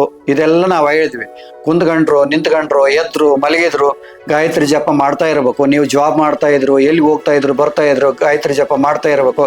ಇದೆಲ್ಲ ಒಂದು ಅನುಶಾಸನ ಹಾಕಿಕೊಟ್ಟಿದ್ದೀವಿ. ಸಂಜೆ ಜ್ಞಾನ ಸಿಂಧು ಅಧ್ಯಯನ ಮಾಡಬೇಕು, ಅರ್ಥ ಮಾಡ್ಕೊಂಡು ಓದಬೇಕು. ದೇವಿ ಪಾರಾಯಣ ಆಗಿರ್ಬೋದು, ಜ್ಞಾನ ಸಿಂಧು ಸರಿಯಾಗಿ ಅರ್ಥ ಮಾಡ್ಕೊಂಡು ಓದಬೇಕು.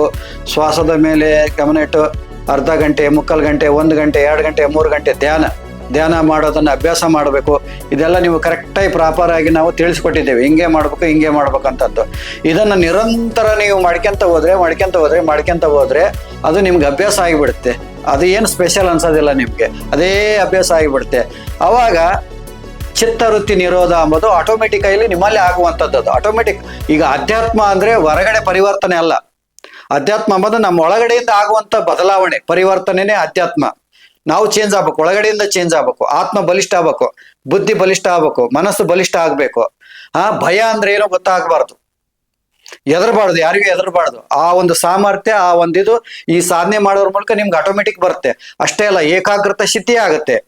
ನೀವು ಯಾವುದೇ ಬೇಕಾದ್ರೆ ಕಾಂಪಿಟೇಷನ್ ಎಕ್ಸಾಮ್ ಫೇಸ್ ಮಾಡ್ಬೋದು ಏಕಾಗ್ರತೆ ಸಿದ್ಧಿ ಆದ್ರೆ. ಜೀವನದಲ್ಲಿ ಏನ್ ಬೇಕಾದ್ರೂ ನೀವು ಸಾಧಿಸ್ಬೋದು. ಏಕಾಗ್ರತೆ ಇಲ್ಲದೆ ಏನು ಮಾಡಕ್ಕಾಗೋದಿಲ್ಲ. ಅದು ಬೇಕು. ಏಕಾಗ್ರತೆ ಇದ್ರೆ ನೀವು ಎಂತ ಕಾಂಪಿಟೇಷನ್ ಎಕ್ಸಾಮ್ ಇರಲಿ ಫೇಸ್ ಮಾಡ್ತೀರಾ, ನೀವು ಎಕ್ಸಾಮ್ ಅಲ್ಲಿ ಪಾಸ್ ಆಗ್ತೀರಾ, ಎಂತ ಜಾಬ್ ಬೇಕಾದ್ರೂ ಪಡಿತೀರಾ, ಜೀವನದಲ್ಲಿ ಏನ್ ಬೇಕಾದ್ರೂ ಸಾಧಿಸ್ತೀರಾ. ಸೂರ್ಯನ್ಗೂ ಮತ್ತೆ ಭೂಮಿಗೂ ಎಷ್ಟು ಅಂತರ ಇದೆ ಅನ್ನೋದು ಆ ಪ್ರಾಚೀನ ಕಾಲದಲ್ಲೇ ನಮ್ಗೆ ಹೇಳಿದ್ದು ನಾವು ಹನುಮಾನ್ ಚಾಲಿಸದೆಲ್ಲ ನೋಡಿದೀವಿ. ಇವರು ಈ ಧ್ಯಾನಗಳು, ಈ ಸಾಧನೆಗಳೆಲ್ಲ ಋಷಿಗಳು ಮುಟ್ಟಿರುವಂತದ್ದು, ಅವ್ರುಗಳು ಮಾಡಿರುವಂತದ್ದು. ಅದು ನೀವು ಇಡೀ ಬೇರೆ, ನಾ ಚಾಲೆಂಜ್ ಮಾಡಿ ಹೇಳ್ತೀನಿ, ಯಾರಾದ್ರೂ ಆರ್ಗ್ಯೂ ಮಾಡ್ಬೋದು, ಬೇರೆ ಯಾವ ಧರ್ಮದಲ್ಲೂ ನಿಮ್ಗೆ ಈ ತರ ಸಿಗಲ್ಲ. ನೀವು ಇದನ್ನ ಡೀಪ್ ಆಗಿ ಇಳಿತಾ ಹೋದ್ರೆ ಇದೇ ಸೈನ್ಸ್ ಅಲ್ಲಿ ಹೇಳುತ್ತೆ. ನೀವು ಫಸ್ಟ್ ಪ್ರತ್ಯಕ್ಷ ಪ್ರಮಾಣ ಅದೆಲ್ಲ ಹೇಳ್ತಲ್ಲ, ಅದೇ ತರ ನೀವು ದೇವ್ರು ಅಂದ್ರೆ ಸುಮ್ನೆ ವಿಗ್ರಹದಲ್ಲಿಲ್ಲ, ಅದೆಲ್ಲ ಅನುಭವ ಮಾಡ್ಬೇಕಾಗಿರುವಂತದ್ದು ಅಂತ ಹೇಳುವಂತ ಯೋಗ ಪರಂಪರೆ ನಮ್ದೆಲ್ಲ. ಸೊ ನಾವು ನಮ್ಮ ಪೂರ್ವಜರು ಹೇಳಿರೋಂಥದ್ದು, ಋಷಿಮುನಿಗಳ ಹೇಳಿರೋಂಥದ್ದನ್ನ ಬಿಟ್ಟು ಯಾವ್ದಾವ್ದಿಂದನೋ ಹೋಗ್ತಾ ಇದೀವಿ, ಯಾವ್ಯಾವ ಧರ್ಮದಿಂದನೋ ಹೋಗ್ತಾ ಇದೀವಿ. ನಿಮ್ ಕಣ್ಮುಂದೆ ಇರೋದು ನಿಮ್ಮ ಮನೆಯವರನ್ನೇ, ನಿಮ್ ಮನೇಲಿ ಹೇಳೋಂಥದ್ದೇ ನೀವು ಮಾಡ್ತಾ ಇಲ್ಲ. ಸೊ ನೀವು ಅದು ಮಾಡಿದ್ರೆ ಇದು ಪಕ್ಕಾ ನಿಮ್ಗೆ ವರ್ಕ್ ಆಗತ್ತೆ. ಯಾಕೆಂದ್ರೆ ಪ್ರತಿಯೊಬ್ಬ ಭಾರತದಲ್ಲಿ ಇದ್ದ ಜ್ಞಾನಿ, ನೀವು ಇವಾಗ ಪ್ರತಿಯೊಂದು ಶಿಲೆಗಳನ್ನ ನೋಡ್ಬೋದು. ಶಿಲೆಯಿಂದ ಕೆತ್ತಿರುವಂತ, ಅಳಿಸಿರುವಂತ ಚಾಲುಕ್ಯರ ಒಂದು ದೇವಸ್ಥಾನಗಳಿರ್ಬೋದು, ಆಗಿನ ಕಾಲ ಟೆಕ್ನಾಲಜಿಗಳು ನೋಡ್ಬೋದು. ಅದೆಲ್ಲ ಅಷ್ಟೇ ಯಾಕೆ ಮಾಡೋದಕ್ಕೆ ಕಾರಣ ಈಗ ಮಹಾರಾಷ್ಟ್ರದಲ್ಲಿ ಕೈಲಾಸ ಇದನ್ನ ಕೆತ್ತಿದಾರಲ್ವಾ, ಬಂಡೆ ಇದನ್ನೇ ಗುಡ್ಡನೆ ಕೆತ್ತಿದಾರೆ ಅಲ್ವಾ, ಎಂತ ಟೆಕ್ನಾಲಜಿ ಅದು. ಹೌದು, ಚಾಲುಕ್ಯ ಎಲ್ಲೂರ ಅಜಂತ ಎಲ್ಲೋರಾದಲ್ಲಿ. ಹೌದು, ಅಂದ್ರೆ ನಾವು ಹಿಂದೂಗಳಿಗೆ ಜ್ಞಾನ ಇಲ್ಲ ಹಂಗೆ ಹಿಂಗಂತ ಎಷ್ಟೋ ಸಾವಿರ ವರ್ಷಗಳಿಂದನೇ ಆ ಟೆಕ್ನಿಕ್ ಎಲ್ಲಿದ್ದ ಬಂತು, ಗುಡ್ಡನೆ ಕೆತ್ತಿರುವಂತದ್ದು. ನಮ್ಮ ಏನ್ ಹೇಳ್ತೀವಿ, ಅದು ಏನ್ ಹೇಳ್ತೀವಿ ಇದ್ ಹೇಳ್ತೀವಲ್ಲ, 6 ಶಾಸನಗಳಿದೆಯಲ್ಲ, 6 ಶಾಸ್ತ್ರಗಳು, ಷಡ್ದರ್ಶನಗಳು. ಪ್ರಥಮ ಬಾರಿಗೆ ಒಂದು ಅಣುನ ವಿವರಣೆ ಮಾಡಿಸಿದ್ದು ನಮ್ ಕಣದ ಮಹರ್ಷಿಗಳು. ಅವ್ರನ್ನ ನಾವು ಇವತ್ತು ಸೈಂಟಿಸ್ಟ್ ಅಂತ ಹೇಳಲ್ಲ, ಅವ್ರನ್ನ ನಾವು ಸೈನ್ಸ್ ಬಗ್ಗೆ ಒಪ್ಕೊಳ್ಳಲ್ಲ. ಇವತ್ತು ಯಾರನ್ನೋ ಬೇರೆಯವ್ರನ್ನ, ವೆಸ್ಟರ್ನ್ ಅವ್ರನ್ನ ಹೇಳ್ತೀವಿ. ನಮ್ಮಲ್ಲಿ ವಾದ ಅಂದ್ರೆ ಏನು, ಜಲ್ಪ ಅಂದ್ರೆ ಏನು, ಅದೆಲ್ಲ ಅಂತ ತರ್ಕಗಳಂದ್ರೆ ಏನು, ತರ್ಕಶಾಸ್ತ್ರ, ಇಂಥಗಳನ್ನೆಲ್ಲ ಹೇಳಿದ ಪರಂಪರೆ ನಮ್ದು. ಅದನ್ನೆಲ್ಲ ನಾವು ನೋಡೋದೇ ಇಲ್ಲ, ಯಾಕಂದ್ರೆ ಮೆಕಾಲೆ ಎಜುಕೇಶನ್ ಸಿಸ್ಟಮ್. ಸೊ ಅದನ್ನೆಲ್ಲ ನೀವು ತಿಳ್ಕೊಬೇಕು ಅಂದ್ರೆ ಫಸ್ಟ್ ನಿಮ್ಮನ್ನ ನೀವು ತಿಳ್ಕೊಬೇಕು. ಅದನ್ನೆಲ್ಲ ತಿಳ್ಕೊಂಡಾಗ ನಿಮ್ಗೆ ಆಟೋಮೆಟಿಕ್ಲಿ ಆ ಋಷಿಗಳು ಏನ್ ಹೇಳ್ತಾ ಇದಾರೆ, ದರ್ಶನಗಳು ಏನ್ ಹೇಳ್ತಾ ಇದಾವೆ, ಇದೆಲ್ಲ ಅರ್ಥ ಆಗ್ತಾ ಹೋಗುತ್ತೆ. ಷಡ್ ದರ್ಶನಗಳು ಮೊದಲು ಓದ್ಬೇಕು. ಪೂರ್ವ ಮೀಮಾಂಸ, ಉತ್ತರ ಮೀಮಾಂಸ, ಸಾಂಖ್ಯ, ಇವೆಲ್ಲ ಹೋಗ್ಬೇಕು. ಷಡ್ ದರ್ಶನಗಳನ್ನ ಅಧ್ಯಯನ ಆಗ್ಬೇಕು. ಹೌದು, ಜಗತ್ತು ಬ್ರಹ್ಮಾಂಡ ಅಂದ್ರೆ ಏನೋ, ಜಗತ್ತು ಅಂದ್ರೆ ಏನೋ, ಅಲ್ಲಿ ಜ್ಞಾನ ಸಿಗುತ್ತೆ ನಿಮ್ಗೆ. ಜಗತ್ತಿನ ಬ್ರಹ್ಮಾಂಡದ ಜ್ಞಾನ ಸಿಗುತ್ತೆ. ನಮ್ ಜನಗಳೇನಂದ್ರೆ 4 ಯೋಗದಲ್ಲಿ ಒಂದು ಭಕ್ತಿ ಯೋಗದನ್ನೇ ತಿಳ್ಕೊಬಿಟ್ಟು ಅದ್ರಲ್ಲೇ ಮುಳುಗಿ ಎಲ್ಲಾನು ಹೊರಟೋಗ್ತಾರೆ. ಜ್ಞಾನ ಯೋಗ ಬಿಟ್ಬಿಡ್ತಾರೆ. ಅದ್ರಲ್ಲಿ ಫಲ ಸಿಕ್ಲಿಲ್ಲ ಅಂದ್ರೆ ಜ್ಞಾನ ಯೋಗಕ್ಕೆ ಬರ್ಬೇಕು, ಅಲ್ಲಿಲ್ಲ ಅಂದ್ರೆ ಮತ್ತೆ ಇದು ಕರ್ಮ ಯೋಗಕ್ಕೆ ಬರ್ಬೇಕು. ಅಲ್ಲೂ ನಿಮ್ಗೆ ಆಗ್ತಾ ಇಲ್ಲ ಅಂದ್ರೆ ರಾಜಯೋಗದಲ್ಲಂತೂ ಹಾಗೆ ಆಗುತ್ತೆ. ನೀವು ಅದು ಪ್ರಾಕ್ಟಿಕಲ್ ಆಗಿ ಮಾಡುವಂಥದ್ದು ಇದೆಲ್ಲ ನಿಮ್ಗೆ ಇದೇ ಸುಮ್ನೆ ಏನೋ ಬುರುಡೆ ಹೇಳೋದು ಆತರ ಎಲ್ಲ ಇಲ್ಲ. ನೀವು ಬಂದು ಪ್ರಾಕ್ಟಿಕಲ್ ಆಗಿ ಮಾಡ್ಬೇಕು. ಇದೇನ್ ಕಷ್ಟನೂ ಅಲ್ಲ, ಸುಲಭನೂ ಇಲ್ಲ, ಆರಾಮ್ಸೆ ಮಾಡ್ಬೋದು. ನೀವು ಛಲ ಇರ್ಬೇಕು, ನೀವ್ ಏನಾಗ್ಬೇಕು ಅನ್ನೋದು ನಿಮ್ಗೆ ಮೊದಲೇ ಕ್ಲಿಯರ್ ಪಿಕ್ಚರ್ ಇರ್ಬೇಕು. ಅನುಶಾಸನಗಳನ್ನ ಕರೆಕ್ಟಾಗಿ ಫಾಲೋ ಮಾಡ್ಬೇಕು. ನಿಮ್ ಜೀವನದಲ್ಲಿ ಏನೇ ಕಷ್ಟ ಇರ್ಲಿ ಅದರಿಂದ ಹೊರಗಡೆ ಬರ್ತಾರೆ, ದಾರಿ ಸಿಗುತ್ತೆ. ಏನೇ ಸಮಸ್ಯೆ ಇರ್ಲಿ ಅದರಿಂದ ಹೊರಗಡೆ ಬರಕ್ಕೆ ಇದರಲ್ಲದೆ ಮಾರ್ಗ ಇದೆ. ಮಾನಸಿಕವಾಗಿ ಖಿನ್ನತೆಗೊಳಗಾಗಿದ್ರೆ, ಏಕಾಗ್ರತೆ ಸಿದ್ಧಿ ಆಗ್ತಾ ಇಲ್ಲ ಅಂದ್ರೆ, ಯಾವ್ದಾದ್ರು ಕಾಂಪಿಟೇಷನ್ ಎಕ್ಸಾಮ್ ನಲ್ಲಿ ಪಾಸ್ ಆಗ್ಬೇಕು ಅಂದ್ರೆ, ಒಳ್ಳೆ ಜಾಬ್ ಪಡ್ಕೋಬೇಕು ಅಂದ್ರೆ, ನೀವು ಇದನ್ನ ಯೋಗವನ್ನ ಮಾಡಿ ಏಕಾಗ್ರತೆ ಸಿದ್ಧಿ ಮಾಡಿಕೊಳ್ಳಿ, ಮುಂದೆ ಏನ್ ಬೇಕಾದ್ರೂ ಸಾಧಿಸಬಹುದು. ಹೌದು, ಫಸ್ಟ್ ಎಲ್ಲ ಈ ವೇದಗಳೆಲ್ಲ ಒಂದೇ ಇತ್ತು, ಅದೆಲ್ಲ ಒಂದೇ ಒಬ್ರೇ ಬಾಯಲ್ಲೇ ಹೇಳ್ತಾ ಇದ್ರು ಅಂದ್ರೆ ಲೆಕ್ಕ ಹಾಕೊಳ್ಳಿ. ಮೆಮೊರಿ ಪವರ್ ಇಂಪ್ರೂವ್ ಆಗೋದಕ್ಕೆ ಪ್ರಾಣಾಯಾಮ, ಧ್ಯಾನನೇ ಕಾರಣ. ಸೊ ಈ ಧ್ಯಾನ ಅದಲ್ದೇನೆ ನಿಮ್ಗೆ ಕಣ್ಣು ಕಾಣದೇ ಇರುವಂತ ಎಲ್ಲ ಎಷ್ಟೋ ಶಕ್ತಿಗಳು ಕಾಣುತ್ತವೆ ಅಂತ ವಿವೇಕಾನಂದರನ್ನು ಹೇಳ್ತಾರೆ. ಸೊ ಇದನ್ನೆಲ್ಲ ನೀವು ಅನುಭವ ಮಾಡ್ಬೇಕು ಅಂದ್ರೆ ಯೋಗ ಒಂದೇ ಮಾರ್ಗ. ಬುದ್ಧರು ಅದೇ ಹೇಳಿದ್ದು, ಬೌದ್ಧರು ಅದೇ ಹೇಳಿದ್ದು, ಜೈನಿಸಮಲ್ಲೂ ಅದೇ ಹೇಳಿದ್ದು. ಮೂಲ ಇರೋ ಹಿಂದೂ ಧರ್ಮ ಇವರಿಂದನೇ ತಗೊಂಡೋಗಿದ್ದು, ಹಿಂದೂ ಧರ್ಮದ ಕವಲುಗಳಾಗಿರೋದು ಇವರೆಲ್ಲ.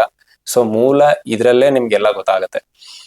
ಸನಾತನ ಧರ್ಮವೇ ಜೈನ ಧರ್ಮಕ್ಕೂ ಮೂಲ, ಬೌದ್ಧ ಧರ್ಮಕ್ಕೂ ಮೂಲ. ಎಲ್ಲಾ ಮತಗಳಿಗೆ ಮೂಲ ಸನಾತನ ಧರ್ಮನೇ. ಎಲ್ಲ ಇದರಿಂದ ತಗೊಂಡೋಗಿ ಬೇರೆ ಬೇರೆ ಪಂಗಡ ಮಾಡ್ಕೊಂಡಿದ್ದಾರೆ.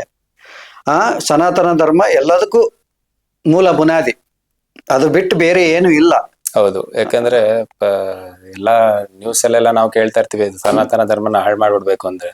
ಸಚ್ಚಿದಾನಂದನ ಹಾಳು ಮಾಡಕ್ ಆಗತ್ತಾ? ಅದು ಸಾಧ್ಯನೇ ಇಲ್ಲ. ಪ್ರಪಂಚ ನಾವು ನೀವು ಈ ಪಂಚಭೂತಗಳು ಹೋದ್ರುನು ಕೊನೆಗೆ ಉಳಿಯುವಂತದ್ದೇ ಈ ಸಚ್ಚಿದಾನಂದ. ಅದನ್ನೇ, ಅದು ಸಚ್ಚಿದಾನಂದ ಅದಂದ್ರೆ ಅಳಿಯೋದೇ ಇಲ್ಲ, ಅದು ಅದೇ ಬೇಸ್ ಮೆಟೀರಿಯಲ್.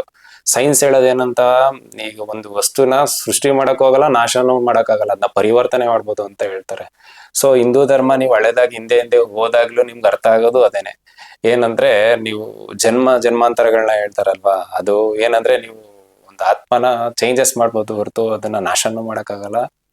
ಶರೀರ ಚೇಂಜ್ ಆಗತ್ತೆ, ಆತ್ಮ ಅದೇ ಇರುತ್ತೆ, ಶರೀರ ಚೇಂಜ್ ಆಕ್ಯಂತ ಹೋಗುತ್ತೆ. ಹೆಣ್ಣಿದ್ದದ್ದು ಗಂಡ ಆಗ್ಬೋದು, ಗಂಡ ಇದ್ದದ್ದು ಹೆಣ್ಣು ಆಗ್ಬೋದು. ಅದನ್ನೇ ಪ್ರಳಯ ಅನ್ನೋ ಒಂದು ಇದ್ರಲ್ಲೂ ಹೇಳ್ತಾರೆ, ಆತರನು ಅರ್ಥ ಮಾಡ್ಕೋಬಹುದು. ಆತರ ಒಂದು ಅದ್ಭುತವಾದ ನಾಲೆಡ್ಜ್ ಗಳೆಲ್ಲ ಇರೋದೇ ಭಾರತದಲ್ಲೇ, ಪ್ರತಿಯೊಂದನು ತಗೊಂಡೋಗಿರೋದೇ ಭಾರತದಿಂದ. ಇದನ್ನೆಲ್ಲ ಕೇಳಿದ್ದ ಮ್ಯಾಕ್ಸ್ ಮುಲ್ಲರ್ ಏನೇನೋ ರೂಮರ್ಸ್ ಬರೀತಾನೆ, ಬಟ್ ಕೊನೆ ಕಾಲದಲ್ಲಿ ಮ್ಯಾಕ್ಸ್ ಮುಲ್ಲರ್ ಅವನ ಲೈಫ್ ಲಾಂಗು ನಾನು ಸತ್ರೆ ನಾನು ವೈದಿಕವಾಗೇ ಸಾಯ್ಬೇಕು ಅಂತ, ಅವನು ಪ್ರಾಣ ಕೊನೆ ಉಸಿರು ಇರೋ ತನಕನೂ ಅದೇ ತರ ಬದುಕ್ತಾನೆ. ಅವರು ನಮ್ಮನ್ನ ಬಿಡಿಸ್ಬಿಡ್ತಾರೆ, ಈಗ ಅವರು ಚೆನ್ನಾಗಿ ಉದ್ಧಾರ ಆಗೋದನ್ನ ನೋಡ್ತಾರೆ. ಸೊ ನಾವು ಕೇಳ್ದವ್ರು ಕೋತಿ ಕೇಳ್ತಾರ ಏನೇನೋ ಮಾಡಕ್ ಹೋಗಿ ಎಲ್ಲ ಎಡವಟ್ ಮಾಡ್ಕೊಂಡು ನಮ್ ತನ ನಾವು ಬಿಟ್ಬಿಡ್ತೀವಿ. ಈ ಸನಾತನ ಧರ್ಮದಲ್ಲಿ ಇರುವಷ್ಟು ಈ ಅಮೂಲ್ಯ ಯಾವ ಬೇರೆ ಧರ್ಮ ಮತಗಳಲ್ಲಿ ಎಲ್ಲಿ ಸಿಗೋದಿಲ್ಲ, ಎಲ್ಲಿ ಸಿಗೋದಿಲ್ಲ. ಏನನ ಇತ್ತು ಅಂದ್ರೆ ನಮ್ಮಿಂದ ತಗೊಂಡು ಹೋಗಿರೋದೇ, ಅದು ಬಿಟ್ರೆ ಸ್ವಂತ ಎಲ್ಲಿ ಇಲ್ಲ. ಅದನ್ನ ನೀವೆಲ್ಲ ಅರ್ಥ ಮಾಡ್ಕೋಬೇಕು. ಸಾಕ್ಷಿಗೆ ಹನುಮಾನ್ ಚಾಲೀಸ ಇದೆ, ತುಂಬಾ ಇದೆ. ಈ ನೀವು ಅದನ್ನ ನೀವು ಹೋಗಿ ಎಷ್ಟೋ ಹಳೆ ಟೆಂಪಲ್ ಗಳು ನೋಡ್ರೆ ಗೊತ್ತಾಗತ್ತೆ ನಿಮ್ಗೆ ಎಷ್ಟು ಕಷ್ಟವಾಗಿ ಎಷ್ಟು ತೀಕ್ಷ್ಣವಾಗಿ ಕೆತ್ತಿದ್ದಾರೆ ಸೋಮನಾಥೇಶ್ವರ, ಸುಮಾರು ಚಾಲುಕ್ಯ ಅದರಲ್ಲೇ ಅದನ್ನ ಮಾಡ್ಲಿ ಸಾಕು ನೋಡೋಣ. ಈ ಆಯಸ್ಕಾಂತಗಳ ಬಗ್ಗೆ ಎಲ್ಲ ವೆಸ್ಟರ್ನ್ ಅವ್ರು ಹೇಳಿದ್ದು ಅಂತ ಅನ್ಕೊಂಡ್ವಿ, ಬಟ್ ಅದೆಲ್ಲ ನಮ್ ದೇವದಲ್ಲಿ ಯಾವತ್ತೂ ಅಡಾಪ್ಟ್ ಮಾಡ್ಕೊಟ್ವಿ, ಅದನ್ನೆಲ್ಲ ಬ್ಯಾನ್ ಮಾಡ್ಬಿಟ್ಟು ನಾವು ತಂದ್ಕೊಟ್ವಿ ಅಂತ ಹೇಳಿದ್ರಷ್ಟೇ ಗುರುಗಳು. ಈ ದೇಶಕ್ಕೆ ಆಕ್ರಾಂತರು ಬಂದೇ ಇದನ್ನೆಲ್ಲ ಗೊಂದಲ ಮಾಡಿಸಿರೋದು. ಮತ್ತೆ ಗುರುಕುಲಗಳು ಆಗ್ಬೇಕು, ಮತ್ತೆ ಷಡ್ ದರ್ಶನಗಳ ಅಧ್ಯಯನ ಆಗ್ಬೇಕು, ಆಮೇಲೆ ರಾಮಾಯಣ, ಮಹಾಭಾರತ, ಉಪನಿಷತ್ತು, ಭಗವದ್ಗೀತೆ ಇದೆಲ್ಲ ಅಧ್ಯಯನ ಆಗ್ಬೇಕು. ಜ್ಞಾನ ಸತ್ಯ ಏನಂತ ಜಗತ್ತಿಗೆ ಗೊತ್ತಾಗ್ಬೇಕು. ಕೌಟಿಲ್ಯನ ಅರ್ಥಶಾಸ್ತ್ರ ಅದು ಅಧ್ಯಯನ ಆಗಬೇಕು. ಆಮೇಲೆ ವೈದ್ಯಶಾಸ್ತ್ರಗಳು ಇದ್ದಾವೆ, ಚರಕ ಮಹರ್ಷಿ ಇವರೆಲ್ಲ ಆಯುರ್ವೇದ ಗ್ರಂಥಗಳು ಇವೆಲ್ಲ ಅಧ್ಯಯನ ಆಗಬೇಕು. ನಾಗಾರ್ಜುನ ಬರೆದಿರುವಂತ ಗ್ರಂಥ ಇದೆ, ರಸಾಯನಶಾಸ್ತ್ರ, ಅವೆಲ್ಲ ಅಧ್ಯಯನ ಆಗಬೇಕು. ಜಗತ್ತಿಗೆ ಅದರ ಉತ್ತರ, ಅದ್ರ ಬಗ್ಗೆ ಸಂಶೋಧನೆ ಆಗ್ಬೇಕಾಯ್ತು ಈ ದೇಶದಲ್ಲಿ. ಅದ್ರ ಬಗ್ಗೆ ಸಂಶೋಧನೆ ಆಗ್ತಾ ಇಲ್ಲ. ಆದ್ರೆ ನಮ್ಮ ವಿದ್ಯಾರ್ಥಿಗಳೆಲ್ಲ ಫಾರಿನ್ಗೆ ಹೋಗಿ ದೊಡ್ಡ ದೊಡ್ಡ ಯೂನಿವರ್ಸಿಟಿಗೆ ಓದಕ್ ಹೋಗ್ತಾರೆ, ಅಲ್ಲಿ ಏನು ಸಿಗೋದಿಲ್ಲ ಇವ್ರಿಗೆ. ಯಾಕಂದ್ರೆ ಫಸ್ಟ್ ಪ್ಲಾಸ್ಟಿಕ್ ಸರ್ಜರಿ ಮಾಡಿದ ಚರಕ ಮಹರ್ಷಿ ಅವರು ಒಂದು ಯುದ್ಧದಲ್ಲಾದ ಒಬ್ಬನ್ಗೆ ಗಾಯನ ಒಂದು ಬರ್ನ್ ಆಗಿರೋದು, ಕಟ್ ಆಗಿರೋದು, ಇನ್ನೊಬ್ರದ್ದು ಚರ್ಮ ತೆಗೆದು ಹಾಕಿ ಫಿಕ್ಸ್ ಮಾಡಿರೋದು ಇವರು. ಇದನ್ನ ತಕೊಂಡೋಗಿದ್ ವೆಸ್ಟರ್ನು ಹೇಳಿದ್ರಲ್ಲ ಅವರು ಯೂನಿವರ್ಸಿಟಿಲಿ, ಅವರು ಅದನ್ನೇ ಹೇಳ್ತಾರೆ. ನಾನು ಸ್ವಲ್ಪ ಟೈಮ್ ತಗೋತೀನಿ, ಬೇಜಾರ್ ಮಾಡ್ಕೊಬಿಡಿ ಸ್ವಲ್ಪ, ಯಾಕಂದ್ರೆ ಇದನ್ನೆಲ್ಲ ತಿಳ್ಕೊಬೇಕು. ಯಾಕಂದ್ರೆ ನಾವು ಎಲ್ಲ ಮೌಢ್ಯದಲ್ಲಿದ್ದೀವಿ, ಯಾರೋ ಬೇರೆ ದಕ್ಷಿಣದಿಂದ ಪಶ್ಚಿಮದಿಂದ ಬಂದು ಎಲ್ಲ ಕೊಟ್ರು ಅಂತ. ಫಸ್ಟ್ ಪ್ಲಾಸ್ಟಿಕ್ ಸರ್ಜರಿ ಅಂತದ್ನ ಮಾಡೋದನ್ನ ಹೇಳ್ಕೊಟ್ಟಿದ್ದು ಚರಕ ಮಹರ್ಷಿ. ಆಯುರ್ವೇದದಲ್ಲೇ ಪ್ರತಿಯೊಂದು ಈಗಿನ ಕಾಲದಲ್ಲಿ ಏನ್ ಸರ್ಜರಿ ಟೂಲ್ಸ್ ಗಳು ಯೂಸ್ ಮಾಡ್ತೀವಿ ಅದೆಲ್ಲ ಅವಾಗ್ಲೇನೆ ಬರ್ದಿಟ್ಟಿದ್ರು, ಅವಾಗ್ಲೇನೆ ಇಂಥದ್ದೆಲ್ಲ ಎಕ್ಸ್ಪೆರಿಮೆಂಟ್ ಮಾಡಿದ್ರು. ಮತ್ತೆ ಮಲೇರಿಯಾ ಬರುವಂತದ್ದು ಒಂದು ಮಶಕದಿಂದ ಅಂತ ಹೇಳಿದ್ದು ಮಹರ್ಷಿಗಳು, ಅದನ್ನೆಲ್ಲ ಹೇಳಿ ನಮ್ಮ ಇನ್ನು ನಿಮ್ಗೆ ಇದ್ರಲ್ಲಿ ಸಿಗುತ್ತೆ ಆಯುರ್ವೇದಿಕ್ ಅಂತದಲ್ಲೇ. ಅದನ್ನೆಲ್ಲ ಮುಚ್ಬಿಟ್ರು. ಈಗ ಈಗ ಅವ್ರು ಹೊಸ್ತಾಗಿ ಇದರಿಂದ ಸಾಯಿಸೋದಕ್ಕೂ ಮೆಡಿಸನ್ ಅವರೇ ಕಂಡಿಟ್ಕೊಟ್ಟಿದ್ರು ಋಷಿ ಮುನಿಗಳು. ಇದನ್ನ ತಗೊಂಡೋಗಿದ್ ವೆಸ್ಟರ್ನ್ ಅವರು ಇಂಥದಿಂದ ನಾನು ಇಂಡಿಯಾದಿಂದಾನೇ ತಗೊಂಡಿದ್ದು ಅಂತ ಹೇಳಿದ್ರು. ಈ ಕೆಲವು ಏನಾಯ್ತು ನಮ್ಮ ದೇಶದಲ್ಲಿ ಕೆಲವೊಂದು ಮಿಷನರಿಗಳು ಇಂಥವೆಲ್ಲ ಇದೆಯಲ್ಲ, ಅವರೆಲ್ಲ ನಮ್ಗೆ ಬ್ರೈನ್ ವಾಶ್ ಮಾಡೋದಕ್ಕೆ ನಾವೆಲ್ಲ ಅಲ್ಲಿಂದಾನೇ ಕೊಟ್ಟಿದ್ದು, ನಿಮ್ಗೆ ಏನು ಗೊತ್ತಿಲ್ಲ ಅಂತ ನೋಬಲ್ ಥಿಯರಿ ಹೇಳೋದಕ್ಕೆ ಸ್ಟಾರ್ಟ್ ಮಾಡಿದ್ರು. ನಾವೇನು ಮಾಡಕ್ಕಾಗಲ್ಲ, ನಾವು ಮೆಕಾಲೆ ಎಜುಕೇಶನ್ ತಿಳ್ಕೊಂಡಿದ್ರಿಂದ ನಾವು ಅದನ್ನೇ ಸತ್ಯ ಅಂತ ಅನ್ಕೊಳ್ತೀವಿ ಅಷ್ಟೇ. ಅಲ್ಲ, ಈಗ ನಾವು ಪ್ರಾಚೀನ ಗುರುಕುಲಗಳು ಸ್ಥಾಪನೆ ಆದ್ರೆ ಸತ್ಯ ಜ್ಞಾನ ಏನಂತ ತಿಳಿಯುತ್ತೆ ಅಲ್ವಾ? ಯಾಕಂದ್ರೆ ಪ್ರಪ್ರಥಮ ಬಾರಿಗೆ ವಿಮಾನ ಹಾರಿಸಿದ್ದು ರೈಟ್ ಸಹೋದರ ಅಂತ ಹೇಳ್ತಾರೆ. ಆದ್ರೆ ಅದು ಬಾಂಬೆದಲ್ಲಿ ಪ್ರಪ್ರಥಮ ಬಾರಿಗೆ ಬಾಂಬೆದಲ್ಲಿ ನಮ್ಮವರೇ ಹಾರಿಸಿದ್ದು, ಕಬ್ಬಿಣದಲ್ಲಿ ಮಾಡಿದಂತ ಒಂದು ಕ್ಯಾಸ್ಟ್ ಐರನ್ನಲ್ಲಿ ಮಾಡಿರುವಂತ ಹೆಲಿಕಾಪ್ಟರ್ ನ ಫಸ್ಟ್ ಹಾರಿಸಿದ್ದು ನಮ್ಮ ಭಾರತದಲ್ಲಿ. ಅವಾಗ ಬ್ರಿಟಿಷರಿಗೆ ಗೊತ್ತಾಗಿ ಅವ್ರು ತಗೊಂಡೋಗಿ ಸಾಯೋವರೆಗೆ ಜೈಲಿಗೆ ಹಾಕಿದ್ರು. ಅವ್ರ ಹತ್ರ ಎಲ್ಲ ಇನ್ಫಾರ್ಮೇಶನ್ ಕಲೆಕ್ಟ್ ಮಾಡಿ ತಾವು ಹೋಗಿ ತಮ್ಮ ದೇಶದಲ್ಲಿ ಹೋಗಿ ಹಾರಿಸಿದ್ರು. ವಿಮಾನಗಳು ತಯಾರಾದ್ವು. ಅದನ್ನೆಲ್ಲ ಜ್ಞಾನ ತಗೊಂಡೋಗಿ ಎಲ್ಲಿದೆ ಜ್ಞಾನ ಅಂತ ತಿಳ್ಕೊಂಡು ಅದನ್ನ ಅವ್ರು ಮಾಡಿದ್ರು. ಅಂದ್ರೆ ವಿಶ್ವದಲ್ಲಿ ಏನಿದೆ ಜ್ಞಾನ ಅದು ಭಾರತದಿಂದ ಹೋಗಿರುವಂತದ್ದು. ಎಲ್ಲಾ ಜ್ಞಾನಕ್ಕೆ ತೊಟ್ಟಿಲು ಅಂದ್ರೆ ಭಾರತ, ಇಲ್ಲಿಂದನೇ ಎಲ್ಲ ಜ್ಞಾನ ಹೋಗಿರೋದು. ಇದನ್ನ ಎಲ್ಲರೂ ಸ್ಪಷ್ಟವಾಗಿ ತಿಳ್ಕೊಬೇಕು. ಅದಕ್ಕೆ ಆಧಾರ ಗ್ರಂಥಗಳಿದ್ದಾವೆ, ಓದಿ ನೀವು. ಅವೆಲ್ಲ ಸಂಸ್ಕೃತದಲ್ಲಿ ಇದ್ದಾವೆ. ನೀವು ಸಂಸ್ಕೃತ ಮೊದಲು ಕಲಿಬೇಕು. ಪಾಣಿನಿ ಅಷ್ಟಾಧ್ಯಾಯ ಸಂಸ್ಕೃತ ವ್ಯಾಕರಣ ಇದೆ, ಅದನ್ನು ಓದಿ. ಕೌಮುದಿ ಲಘು ಸಿದ್ಧಾಂತ ಇದೆ, ಸಿದ್ಧಾಂತ ಕೌಮುದಿ, ಅದನ್ನು ಓದಿ. ನಿಮ್ಗೆ ಸಂಸ್ಕೃತ ಅರ್ಥ ಆಗತ್ತೆ. ಅದನ್ನ ಕಲಿತ ಮೇಲೆ ಆಮೇಲೆ ನೀವು ಸಂಸ್ಕೃತ ಹಳೆಯ ಗ್ರಂಥಗಳು ನಮ್ಮ ಋಷಿಮುನಿಗಳಿಂದ ಅವೆಲ್ಲ ಓದಕ್ ಹೋಗಿ ಜ್ಞಾನ ಭಂಡಾರನೇ ಓಪನ್ ಆಗುತ್ತೆ. ನೀವು ಸಂಸ್ಕೃತ ಕರಿಲಾರ್ದ ಯಾರೋ ಬರ್ದಿರ್ತಾರೆ ವ್ಯಾಖ್ಯಾನ, ಅದನ್ನು ಓದಿಬಿಟ್ಟು ನೀವು ಏನೋ ತಿಳ್ಕೊಳಕ್ ಹೋಗ್ಬೇಡಿ. ಆದ್ರೆ ಅವ್ರವ್ರು ತಿಳ್ಕೊಂಡಿದ್ದ ಅವ್ರು ಬರ್ದಿದ್ದಾರೆ. ಆದ್ರೆ ನೀವು ಮೂಲಕ್ಕೂ ಹೋಗಿ, ಮೂಲ ಸಂಸ್ಕೃತದಲ್ಲಿದ್ದಾವೆ ಗ್ರಂಥಗಳು, ಅವುಗಳನ್ನು ಅಧ್ಯಯನ ಮಾಡಿ ನೀವು ಕೂಡ ನಿಮ್ದ ಅಭಿಪ್ರಾಯನ ಇಲ್ಲಿ ವ್ಯಕ್ತಪಡಿಸಬಹುದು. ಯಾಕಂದ್ರೆ ವಿ ಆರ್ ನಾಟ್ ಫಸ್ಟ್ ಅಂದ್ಬಿಟ್ಟೆ ಒಂದು ಬುಕ್ ಬಂದಿದ್ದಾರೆ ಬ್ರಿಟಿಷ್ ಅವರೇನೆ. ಅವರು ನಾವೇ ಮೊದಲಿಗರಲ್ಲ ಅಂದ್ಬಿಟ್ಟು ರಿಸರ್ಚ್ ಮಾಡಿದ್ರಲ್ಲಿ ಅದೆಲ್ಲ ಕೊಡ್ತಾ ಹೋಗ್ತಾರೆ. ಅದು ಬುಕ್ ಹೆಸರು ಕರೆಕ್ಟ್ ಆಗಿ ಗೊತ್ತಿಲ್ಲ, ಅದೇ ಅನ್ಕೋತೀನಿ. ಅದ್ರಲ್ಲೇ ಗೊತ್ತಾಗತ್ತೆ ಅವರೇ ಬರ್ದಿರೋದು. ಇವಾಗ ನಾನ್ ಸುಳ್ಳು ಹೇಳ್ಬೋದು. ಈಗ ಬ್ರಿಟಿಷ್ ಅವರೇ ಬರ್ದ್ ಹೇಳ್ತಾ ಇದಾರೆ ಅಂದ್ರೆ ನನ್ ಫ್ರೆಂಡ್ ಅಲ್ಲ ಅವರು, ನಾನೇನ್ ಹೇಳ್ಕೊಟ್ಟಿಲ್ಲ. ನೀವು ಅದನ್ನೇ ಓದ್ಬೋದು. ನಿಮ್ಗೆ ಇನ್ನೂ ಚೆನ್ನಾಗ್ ಅರ್ಥ ಆಗ್ಬೇಕಾ, ಅಟ್ಲೀಸ್ಟ್ ಆಯುರ್ವೇದಿಕ್ ಬುಕ್ ಓದಿ ಸಾಕು, ಗೊತ್ತಾಗತ್ತೆ. ಚರಕ ಸಂಹಿತೆ ಓದಿ, ಸುಶ್ರುತ ಸಂಹಿತೆ ಓದಿ, ಚರಕ ಸಂಹಿತೆ ಓದಿ, ಸಾಕಷ್ಟು ಜ್ಞಾನ ಸಿಗುತ್ತೆ ನಿಮ್ಗೆ. ಏನಂದ್ರೆ ನಮ್ ಜನಕ್ಕೆ ಅಪ್ಪನ ಅಪ್ಪ ಅನ್ನೋದೇ ಕಷ್ಟ ಆಗ್ತಾ ಇದೆ. ಏನಕ್ಕೆ ಈ ತರ ಹಿಪ್ನೋಟೈಸ್ ಆಗಿದಾರೋ ಗೊತ್ತಿಲ್ಲ. ಅಲ್ಲ, ಮಾಡ್ಬೇಕಷ್ಟೇ. ಅದ್ ಕಾರಣ ಏನಂದ್ರೆ ಮೆಕಾಲೆ ಶಿಕ್ಷಣ. ಹೌದು. ಇಲ್ಲಿ ಏನಾಗುತ್ತೆ, ಮೆಕಾಲೆ ಶಿಕ್ಷಣದಲ್ಲಿ ಮಕ್ಕಳಿಗೆ A for apple, B for ball ಅಂತ ಕಲಿಸಿ ಅಂತ ಹೋಗ್ತಾರೆ ಹೊರತು, ಕಂಠಪಟ ಹಾಕೋದು ಕಲಿಸ್ತಾರೆ ಹೊರತು, ಒಳಗಡೆಯಿಂದ ಬರುವ ಜ್ಞಾನವನ್ನ ಅದು ಬೆಳವಣಿಗೆಗೆ ಅವಕಾಶ ಮಾಡಿ ಕೊಡೋದಿಲ್ಲ. ಹೌದು. ಒಳಗೆ ಎಲ್ಲ ಜ್ಞಾನ ಇರೋದು ನಮ್ಮ ಒಳಗಡೆನೆ. ಅದಕ್ಕೆ ಒಂದು ತಂತ್ರ ಬೇಕು ಬಿಡಿಸೋದಕ್ಕೆ. ಆ ತಂತ್ರದಿಂದ ಹೊರಗಡೆ ಹಾಕ್ಬೇಕು ಅವರ ಜ್ಞಾನವನ್ನ. ಗುರುಕುಲದಲ್ಲಿ ಏನ್ ಮಾಡ್ತಾರೆ, ಕಂಠಪಟ ಇಲ್ಲ ಗುರುಕುಲದಲ್ಲಿ. ಅಲ್ಲಿ ಅವ್ರನ್ನ ನೋಡಿ ಕಲಿತಾರೆ, ಒಬ್ರು ನೋಡಿ ಒಬ್ರು ಕಲಿತಾರೆ, ತಾನೇ ಅರಳಿಸ್ತಾರೆ. ಅವನು ಯಾರಲ್ಲಿ ಏನು ವಿಶೇಷ ಜ್ಞಾನ ಇದೆ ಅದು ಬೆಳವಣಿಗೆ ಮಾಡೋದಕ್ಕೆ ಅವಕಾಶ ಕೊಡ್ತಾರೆ. ಅವನಿಗೆ ಸಂಗೀತದಲ್ಲಿ ಜ್ಞಾನ, ಅವನಿಗೆ ಹೆಚ್ಚಿನ ಆಸಕ್ತಿ ಇದ್ರೆ ಅಲ್ಲಿ ಅವಕಾಶ ಮಾಡಿ ಕೊಡ್ತಾರೆ. ವಿದ್ವಾಂಸನಾಗೋದಕ್ಕೆ ಅವನಿಗೆ ಅವನಲ್ಲಿ ಜಾಸ್ತಿ ಇದೆ ಅಂದ್ರೆ ಅದಕ್ಕೆ ಜಾಸ್ತಿ ಅವಕಾಶ ಮಾಡಿ ಕೊಡ್ತಾರೆ. ಅವನ ರಾಜಕಾರಣದಲ್ಲಿ ಜಾಸ್ತಿ ಆಸಕ್ತಿ ಇದೆ ಅದಕ್ಕೆ ಅವಕಾಶ ಮಾಡಿ ಕೊಡ್ತಾರೆ. ಇಲ್ಲಿ ಹಂಗಲ್ಲ, ಎಲ್ಲರಿಗೂ ಒಂದೇ ನಂಬರ್. ಹಂಗೆ ಈ 30 ನಂಬರ್ ಅಂದ್ರೆ ಎಲ್ಲರಿಗೂ 30 ನಂಬರ್, ಯೂನಿವರ್ಸಲ್ ಆಗಿ ಎಲ್ಲರಿಗೂ ಒಂದೇ ಬೋಧನೆ. ಹಂಗಲ್ಲ, ಅವನವನ ವ್ಯಕ್ತಿತ್ವ, ಅವನ ಸಾಮರ್ಥ್ಯಕ್ಕೆ ತಕ್ಕಂಗೆ ಗುರುಕುಲದಲ್ಲಿ ಜ್ಞಾನ ಸಿಗ್ತಾ ಇತ್ತು. ಅವಾಗ ವ್ಯಕ್ತಿತ್ವ ಬೆಳಿತಾ ಇತ್ತು. ಅದು 1835ರಲ್ಲಿ ಮೆಕಾಲೆ ಬಂದು ಎಲ್ಲ ಬೋಲ್ಡೇಜರ್ ಹಾಕಿ ಸಾಫ್ ಮಾಡಿ ಹೋಗ್ಬಿಟ್ಟ. ಆ ಜ್ಞಾನ ಇಲ್ಲ ಇಲ್ಲಿ. ಈಗ ಅನೇಕ ಗುರುಕುಲಗಳು ಇದ್ದಾವೆ, ಆದ್ರೆ ಆ ನಿಜವಾದ ಜ್ಞಾನ ಇಲ್ಲ ಅಲ್ಲಿ. ಹೌದು ಗುರುಗಳೇ, ಇಲ್ಲಿ ಈ ದೇಶದಲ್ಲಿ ಕಲ್ಲಿನಲ್ಲಿ ಸಂಗೀತ ಬಾರಿಸ್ತಾ ಇದ್ವಿ. ಹಂಪೆಲಿ ವಿಜಯ ವಿಠಲರಾಯ ದೇವಸ್ಥಾನ ಒಂದು ಕೋಣೆ ಇದೆ. ಆ ಕೋಣೆ ನನ್ ಕ್ಯಾಮ್ರಾ ನೋಡ್ದಂಗ ನೆನಪಾಯ್ತು. ಒಂದು ಕೋಣೆಯಲ್ಲಿ ಒಂದು ಗೋಪುರದ್ದು ಲೈಟ್ ಬಂದು ಉಲ್ಟಾ ಬಿದ್ದಿ ಅದ್ರ ರಿಯಲ್ ಪಿಕ್ಚರ್ ಇಮ್ಯಾಜಿನ್ ಮಾಡಕ್ ಬರ್ತಾರೆ. ವಿರೂಪಾಕ್ಷಪ್ಪನ ದೇವಸ್ಥಾನದ ಗೋಪುರ ಉಲ್ಟಾ ಕಾಣುತ್ತೆ. ಅದು ಆ ಗೋಪುರ ಉಲ್ಟಾ ಬಂದು ಕಾಣ್ತಾ ಇದೆಯಲ್ಲ, ನೋಡಿ ಅದು ಎಷ್ಟು ಪ್ರಾಕ್ಟಿಕಲ್ ಆಗಿದೆ. ಅದೇ ಇದನ್ನೇ ಕಾಪಿ ಮಾಡಿ ಒಬ್ರು ನೀವು ಯೂಟ್ಯೂಬ್ ಅಲ್ಲಿ ನೋಡ್ಬೋದು. ಒಂದು ಕ್ಯಾಮ್ರಾ, ಮ್ಯಾನ್ಯುವಲ್ ಕ್ಯಾಮ್ರಾ ಅಂತ ಟೈಪ್ ಮಾಡಿದ್ರೆ ನಿಮ್ಗೆ ಈ ಪೆಪ್ಸಿ ಕ್ಯಾನ್ ಅಲ್ಲೇ ಮಾಡ್ತಾರೆ. ಸೇಮ್ ಇದೇ ಕಾನ್ಸೆಪ್ಟ್ ಇಟ್ಕೊಂಡೇ ಮಾಡಿದ್ದಾರೆ. ಅವ್ರ ಆಮೇಲೆ ಹೇಳ್ತಾ ಹೋಗಕ್ ಸ್ಟಾರ್ಟ್ ಮಾಡ್ತಾರೆ, ನೋಡಿ ಇದೇ ಬೇಸಿಕ್ ಕ್ಯಾಮ್ರಾ, ಇದನ್ನ ಹೋಗ್ತಾ ಡಿಜಿಟಲೈಸ್ ಆಗಿ ನಾವು ಕೈಯಲ್ಲಿ ಇಟ್ಕೊಂಡ್ರೆ ಮೊಬೈಲ್ ತನಕ ಬಂದಿದೆ ಅಂತ ಅರ್ಥ ಅಂತ ಹೇಳಕ್ ಸ್ಟಾರ್ಟ್ ಮಾಡ್ತಾರೆ. ನಾವೇನ್ ಅಂತೀವಿ, ಎಲ್ಲಾನು ಅವರಿಂದಾನೇ ಮಾಡ್ತೀವಿ ಅಂತ ಹೇಳ್ಕೊಳ್ತೀವಿ. ನೋಡಿ ಎಂತೆಂತ ಟೆಕ್ನಾಲಜಿ ಹೆಂಗ್ ಗೊತ್ತಾಯ್ತು ಅವ್ರಿಗೆಲ್ಲ.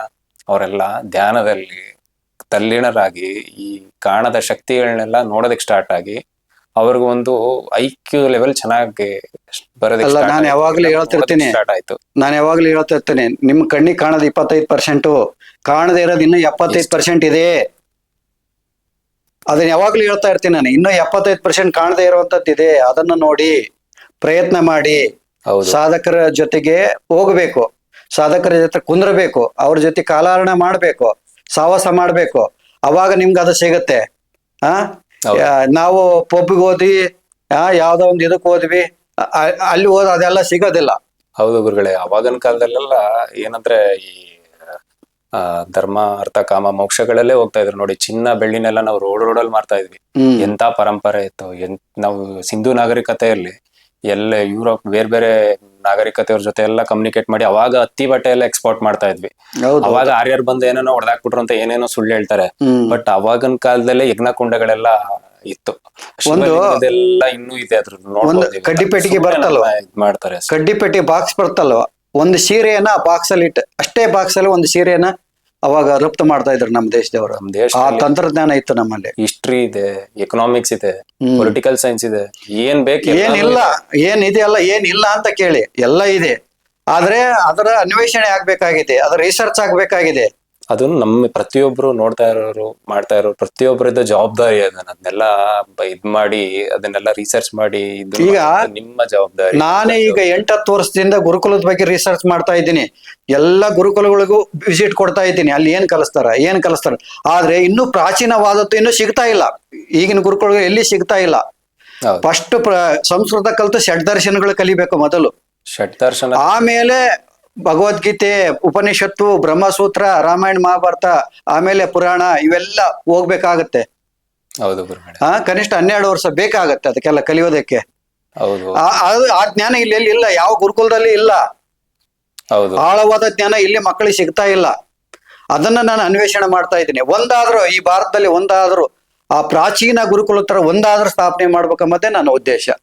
ಅದೇ ಗುರುಗಳೇ, ನಮ್ಮಲ್ಲಿ ನಾವು ಪ್ರಯತ್ನ ಮಾಡ್ತೀವಿ. ಆದಷ್ಟು ಎಷ್ಟು ಆಗತ್ತೋ ನಾವು ಇದ್ರ ಮೇಲೆ ನಾವು ರಿಸರ್ಚ್ಗೆ ಪ್ರಯತ್ನ ಮಾಡ್ತೀವಿ. ನಿಮ್ ಜೊತೆ ಕೈ ಜೋಡಿಸ್ತೀವಿ. ಪ್ರತಿಯೊಬ್ಬರು ಒಬ್ಬರ ಆತ್ಮಾನುಭೂತಿ ಮಾಡೋದೇ ಜವಾಬ್ದಾರಿ, ಫಸ್ಟ್ ಜವಾಬ್ದಾರಿ. ನಾನು ಅದನ್ನ ಮಾಡಿದ್ದೀನಿ. ನೆಕ್ಸ್ಟ್ ಆಲ್ಮೋಸ್ಟ್ ಇನ್ನು ಅದೇ ಹಾದಿಲಿ ಹೋಗ್ತೀನಿ. ಹೋಗ್ತಾ ನಾನು ದೇಶಕ್ಕೆ ಬದುಕೋದು ಒಂದೇ, ನಾನು ಧಾರ್ಮಿಕವಾಗಿ ಬದುಕಿರೋದು ಒಂದೇ ಅಂತ ನಾನು ಅನ್ಕೊಂಡಿದ್ದೀನಿ. ಯಾಕಂದ್ರೆ ನಮ್ಮ ಧರ್ಮದವ್ರು ಬದುಕದ ಕಡೆ ಬೇರೆ ಇನ್ನೋ ಧರ್ಮದವ್ರು ಬರ್ಬೋದು, ಮೆಜಾರಿಟಿ ಇರೋ ಕಡೆ. ಮೆಜಾರಿಟಿ ಅವ್ರ ಕಡೆ ನಾವು ಹೋಗಕ್ಕಾಗಲ್ಲ.